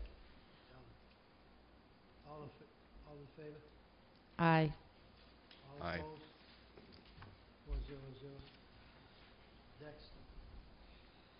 400. Next. 38206 account number, 3054 Cranberry Highway. And this is Dunkin' Donuts, and they bought the property next door, which was the old garage. They tore it down, put a parking lot. It's been a parking lot for some time, so it meets the criteria, and their abatement is $298. They're not eligible for the full abatement, though. No, I think the supporting document here, October 2009 is when they officially put the water off, documented by the water department, so 2009, October, Where- 2010. Where is that document, Mr. It's on the Campina? Dunkin' Donuts letterhead. It should be in that package. Yeah, but usually we get the letter... Oh, you mean the abatement letter? No, the letter from the water department that... Oh, okay, I'm sorry if I didn't put it there. But That's for 274 Main Street. It's not that I think Dunkin' Donuts is lying to us. I just... well, there's a parking lot there, so that's drove true. by. So that's So, are you telling me that the water was shut off in October of 2011? 2009. It was 2009. because I mean, that's when they put the parking. They put the parking lot back then. And well, they parking lot's been there for some time. cleared the property in March of 2010. So, Once for the again- purposes of calculating the abatement per our policy, Yes. it would be nice to know what date the water was actually shut off. Okay. I don't know that. That's a good question. Mr. Chair, can we hold this to our next meeting so Mr. Campina can come back with that? In fairness to everybody else, Absolutely. there's I a big agree. difference between October and March. If the water wasn't shut off till March of 2010, then they're not even owed an abatement as of yet. So, just on the most recent billing. I was just okay. I will do that because they cleared it, but that doesn't necessarily mean you would think that had it off, but we don't. That's right. We'll verify that with the water Yeah, I department. mean, for all we know, they were having shower parties and toilet flushing Absolutely. things going on I over will there. do that. Okay, that's fair. Okay, so we'll just put that one on hold for the next agenda, and Mr. Campina will get us that date. And so I want the water shut-off date. Okay, and the last one we have, which this is going to be an issue This again. is another one that we're going to probably deny. Again, the issue with this one is he bought the property gutted. He purchased it gutted. No fixtures, nothing. But However, the he water officially department didn't shut the water off Absolutely. till October of 2010. Right, so this isn't eligible so as it's not of eligible as of yet. because by our policy, yes. I make a motion to deny the request for an abatement of $298 for the second half of FY 2011 sewer usage bill for account number 736227, map 3, lot 31, 56 Nanamet Street, Yes. for Mr. David Simmons.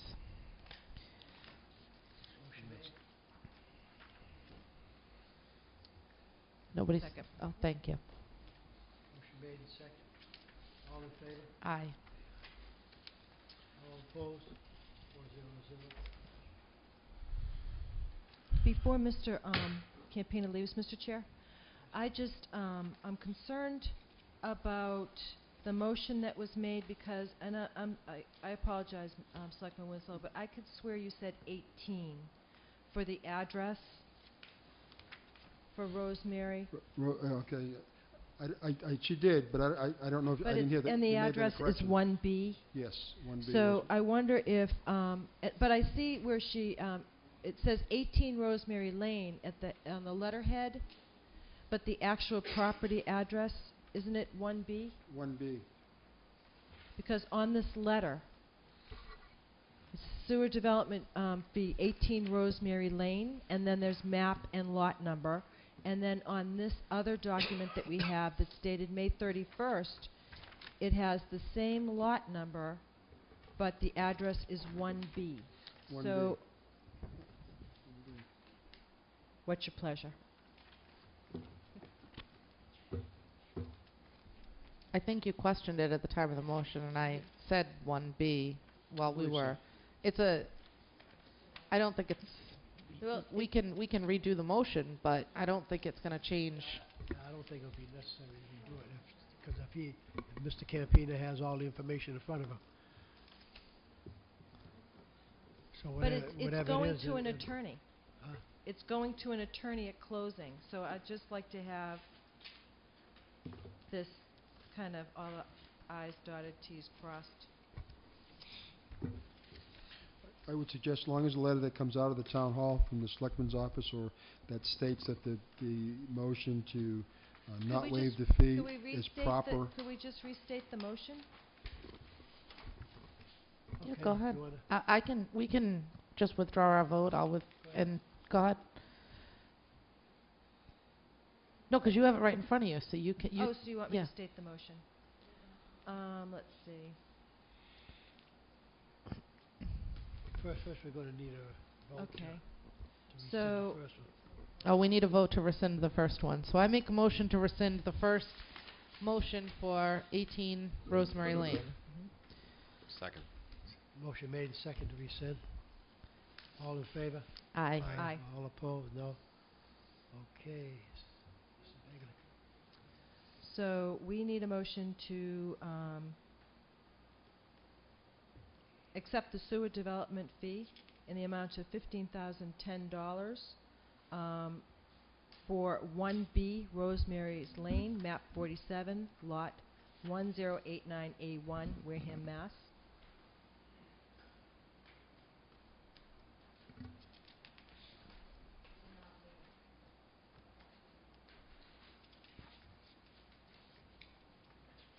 Motion made, Second. Is that it? made second. All in favor? Aye. Aye. All opposed? Not waive the fee. Is that what we're looking Yeah, for? right. Not waive the fee. Because the fee's going to come back. I think Fee's it's coming back the to the town. intention is very clear in the record. So. All right. I think Mr. Campino will handle that. I'm going to take a trip down there and see. Absolutely. Thank you. Thank you for your indulgence. It's a finished? long evening. Mr. Chair, seeing as the hour 10 is approaching, I would make a motion to adjourn.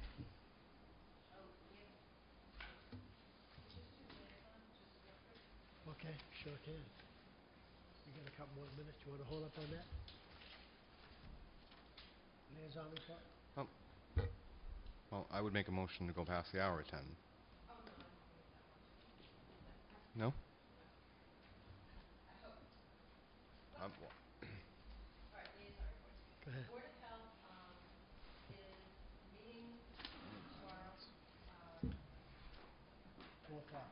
at 4 o'clock, and they are going to have a workshop discussing nitrogen regulations, so anybody that's interested can certainly attend, but at the workshop, they're not permitting public participation during that.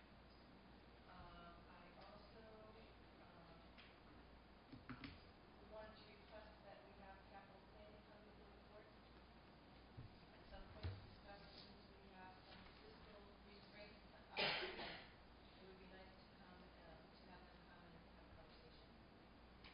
It'd be a good idea. I think if they can get up, the chairman of that board, come up and either get up with myself or Mr. Andrews, and we could put it on the agenda. There's 2 chairs. They're co-chairs. Yes, Capital they're planning. co-chairs.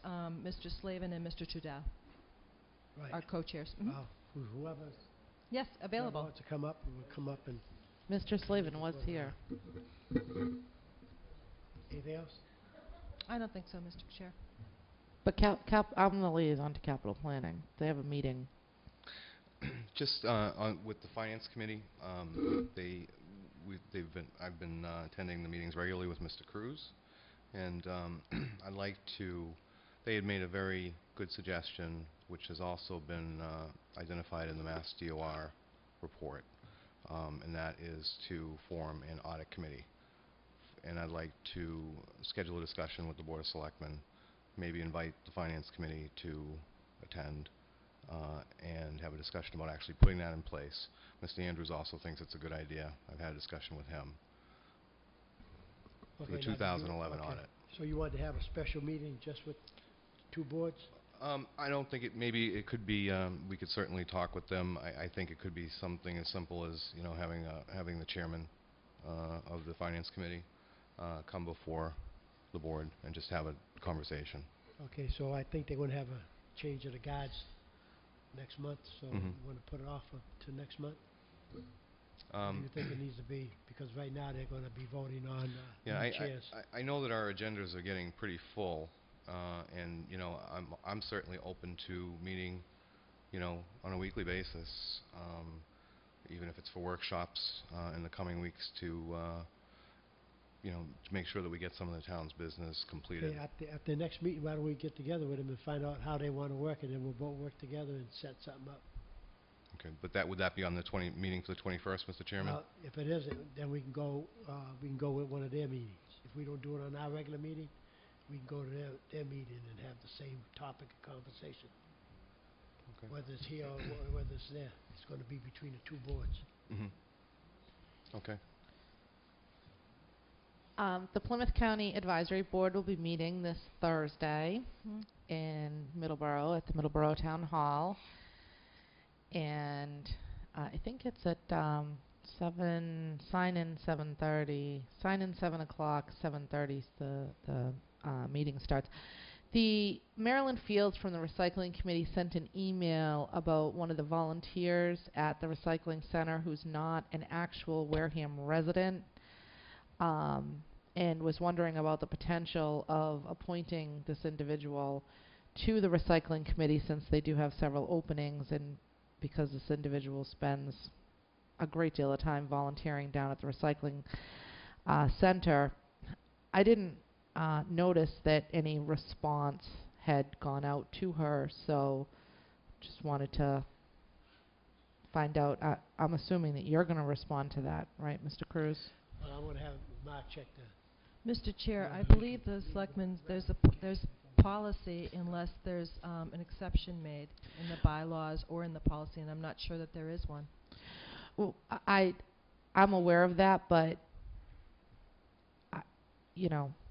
I thought that a correspondence like that would get an official response, either be forwarded to Attorney Bowen, or I can write back to her and give her that information. I think she knows that. I think what she's wondering is if there's any type of exception to be made in this case, considering the extraordinary amount of time this individual is putting into the center itself.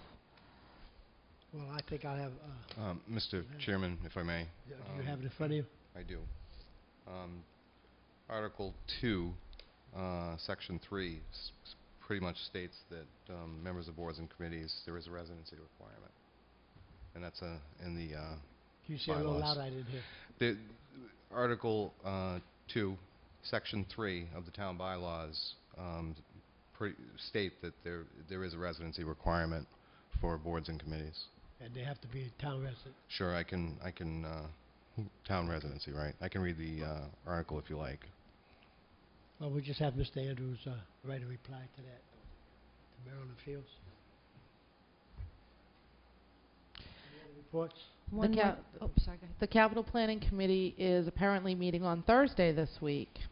The schedules that we all got when we do our liaisons, are pretty specific. The first Tuesday of the month, the last Thursday of the month, when the full moon falls on a Wednesday, that type of thing.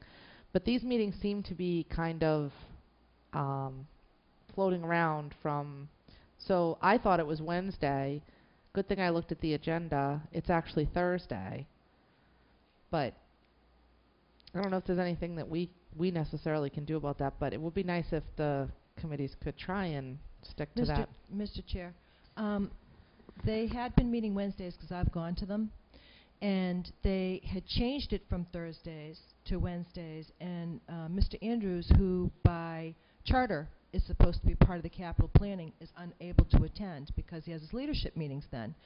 So when I mentioned that to Mr. Slavin and Mr. Trudell, they changed this month to Thursdays. So what we can do is just check and make sure it's gonna be a constant. Then if it's a constant, then we can go for it, then everybody can schedule their time accordingly. If not, then you can get back with me and we'll make other arrangements. How's that? Oh, that's fine. I wasn't, the Yeah, other but, committees stick you to the know, schedule pretty good, Right, so. like on all committees, they should be constant, because we have more than one committee to attend to. And sometimes it's kind of rough, scheduling. And one other thing that I neglected to mention, I've been going to the Minot Forest Committee. They're in the process of writing a conservation restriction on Minot Forest, and they had a survey that was funded by CPC, and discovered that there were multiple encroachments on Minot Forest. Some were considered minor, some were considered quite extensive. Some letters had gone out in January, and the committee is going to continue to follow that up with Mr. Andrews and probably Attorney Bowen. Right, I think that was in the process, I think, even when we had the other board, so just hope they continue with it.